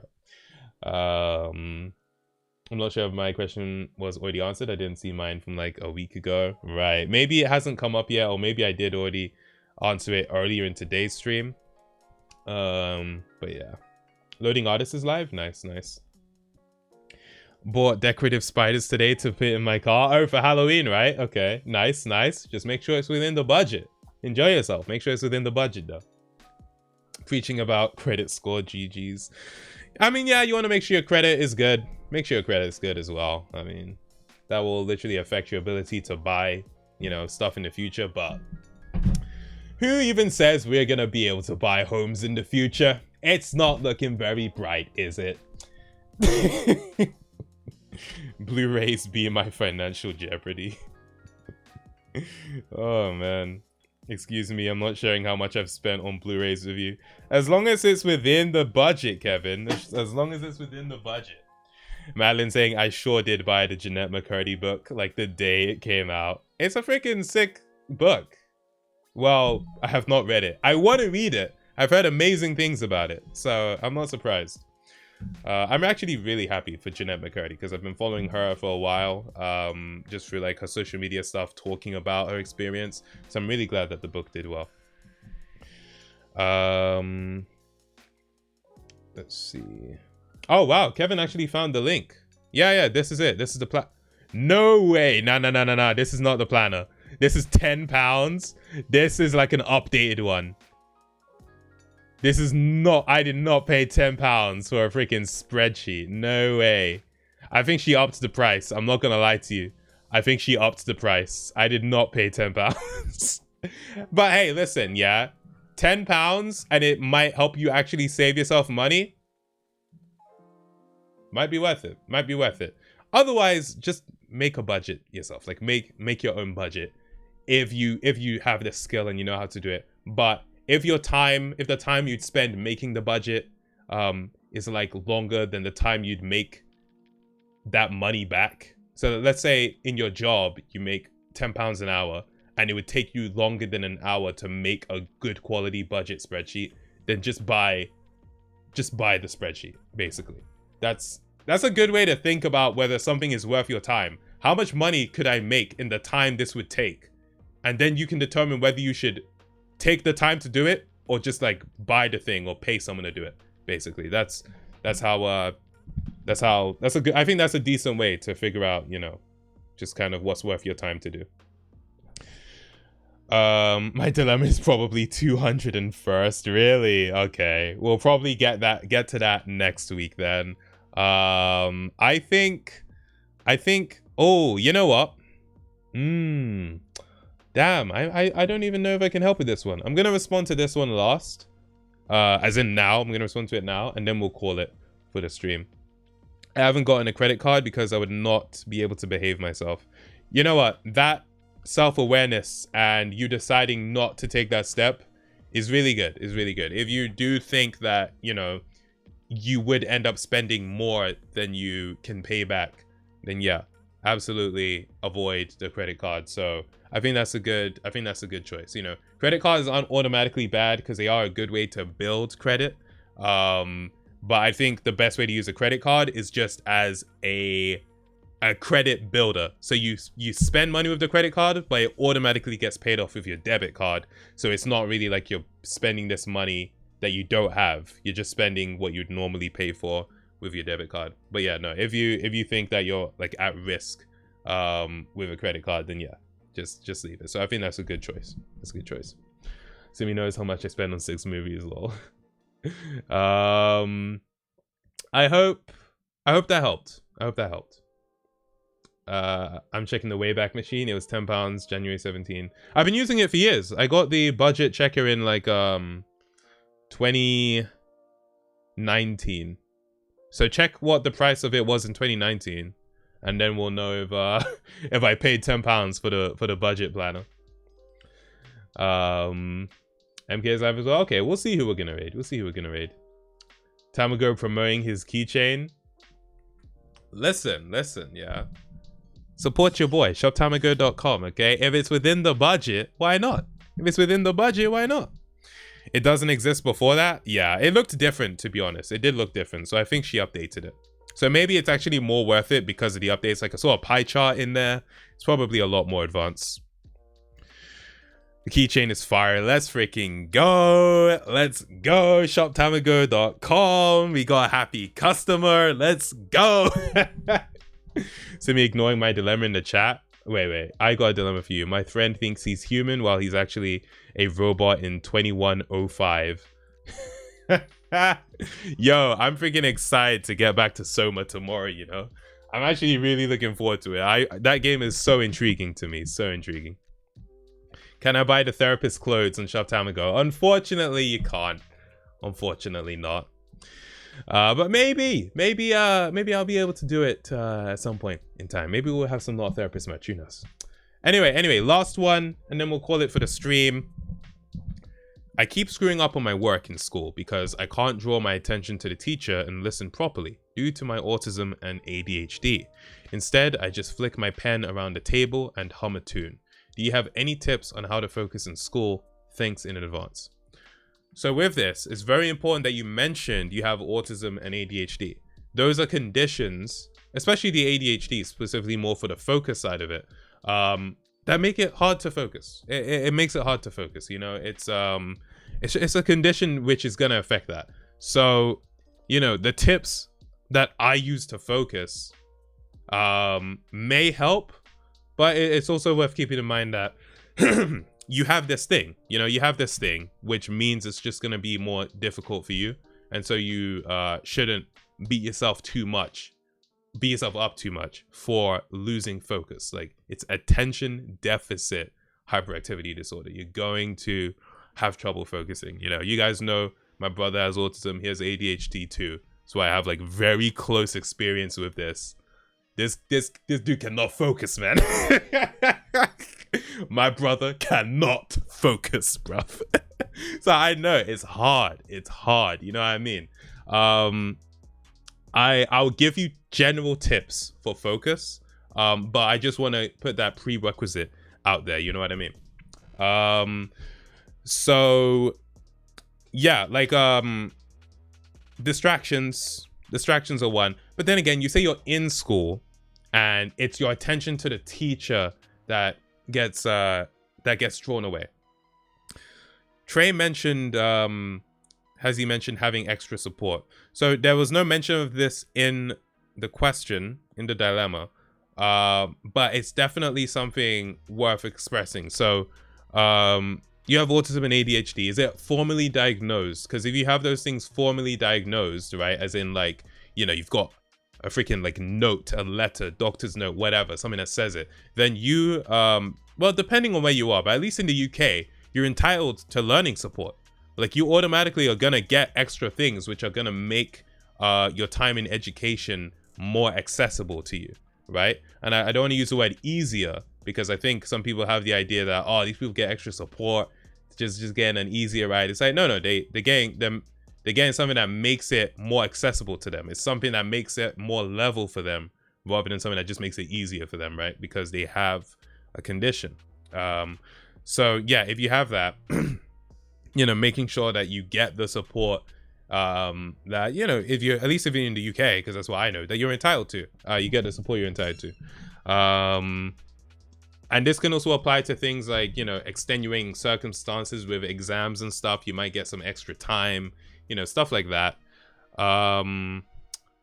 Focus is a hard one when you have these conditions. Like, for me, the focus stuff is all about, you know, get rid of distractions, set yourself specific times where you're gonna work. Obviously, school does that for you with the timetable, so this is more so at home. Like, I'm gonna work from this time to this time, and give yourself breaks in between, because you can't work for too long without stopping. You're just gonna freaking fry your brain. Give yourself breaks in between, and then commit to the timetable. Like, if you're saying I'll work for half an hour and then take a 5-minute break, work for only half an hour and take only a 5-minute break before getting back to work. Like, when you start kind of being like, I took a 5-minute break, but I've been watching this YouTube video that's 7 minutes, so I'm gonna get back to work in 2 more minutes. Like, nah. Stick to the time. I don't know. Do I have something more specific to help with this as well? I'm just, because I'm trying to, you know, cater it to the situation here, not just general focus. But I think the biggest thing is getting that support. You know, obviously for ADHD, you have medications for that can help, and I know people that have used it, and it helps massively. It helps massively. So that might be an option for you to consider as well. Again, this is all dependent on if you've had a formal diagnosis or not. So yeah. But it is difficult, and in the very least, I want you to know that I understand that it's not an easy situation. You know, it's easy to feel like, you know, you're maybe not that smart because, you know, you seem to have a harder time than the other students in your class. But yeah, just remember, like, hey, I've got this thing, and it doesn't have to hinder me. It's just something I have to find workarounds for. You know, Like, everyone has to find their workaround for something. You know what I mean? This is the thing that you've got to find your workaround for. And you'll find it. You'll find it because, I mean, you've kind of got to. You're going to live your whole life, right? So you're going to work something out. Like, you will work something out. You know what I mean? No problem is just going to be a problem forever. So, yeah. I mean, even the fact that you're asking for advice is a sign that you're working it out. So I wish you the best of luck with that. I hope that I was able to help in at least a little way. I don't know if it was, but hopefully. I mean, I don't know. So yeah, let's see if anyone in the chat said anything, and then we'll call it. I don't have said conditions, but I listen better when I repeat the words in my head instead of listening. Interesting. Okay, yeah. My friends with ADHD need fidget toys in class to help get their extra energy out. Okay, fair. Great, Dana saying my actual advice: treadmill in class. Don't be like Heavy Hannah and self-diagnose yourself with ADHD. Listen, right? If anyone, like, you can self-diagnose, I suppose, but it's only really when you have a formal diagnosis of something that anything can really happen. You know, that's the thing. Like, when you diagnose yourself with something, it's like, okay, sure, I don't want to deny your experience, but until you get that formal diagnosis, nothing can actually be put in place for you. You know what I mean? So yeah, I wouldn't want to put down Gabby Hannah or anything. You know, I know she's been going through her own stuff. So yeah, I think it's a really individual thing too. Yeah, in terms of the what's it called, the conditions, yeah, they affect everybody differently. Still Soulless, what's good? Welcome to the stream. I actually study for long without a break. Otherwise, I do the YouTube break. Okay, fair. Yeah, everyone's got to figure out what works for them, right? Get extra notes somehow. Go assignment based instead of lecture based. Oh, in terms of how you're graded? Lecture based. What is lecture based? Is that like exam? So what you hear in the lecture, they do an exam for it? That's how I maintained a high GPA in the first year of uni. Okay, sweet. Madeline, no worries. I'm happy to help. During exams, I try to study 4 hours at once. Well, you did well in your exams, actually, so it clearly works for you, Kevin. Oh, man. But people, that'll be it for me. I hope you enjoyed. I hope you found it helpful. But if you didn't, listen. I'm not a therapist, okay? I'm just a boy saying his opinions. I mean, that was terrible. I feel like I started off well and then I derailed it. A boy saying his opinions. I mean, we can stick with it, but I didn't like that. I'm not gonna lie. Oh, man. Yeah, we've got options. Who should we raid? Okay, let's raid. What is this? The Dark Pictures. You know what? Let's raid MK. We'll raid MK today. He's just a boy saying his opinions. Listen, yeah. I knew it was cringe when I said it. And everything getting redeemed. Don't worry. I'll do that. Thanks for tuning into the last ever Not a Therapist stream. We still got enough questions to keep this going. I'm not gonna lie. Alright, people. How's the headset hair looking? Let me know. Also, I was talking to Reese earlier. It feels like the week has gone by so quickly. For me, I'm like, how is it Thursday already? Is that a common sentiment? Are we feeling the same? Headset hair feels okay. What's it look like? Are we 7? 7 on that one? What do we think? Kevin's saying between 8 and 7. I think it's the first time Kevin's rated higher than I have. Okay then, let's go. Trey saying an 8. Okay. People liking today's headset hair. Let's freaking go. But see me, my robot friend dilemma. Don't worry. We're gonna get first-hand experience with that dilemma on tomorrow's stream, people. Good out of 10 might be an 8.5. People liked the headset head today. All right, fair. Autumn makes everything slow to me. Interesting. So you feel like the week's going too slowly instead of too quickly. Right. All right, I'm gonna do that stretch. I'll do the hydrate. I'll do the posture check, and then I'm gonna get out of here. Ugh, man. All right. I just remembered that one submission asking how to ask me out. Oh, man.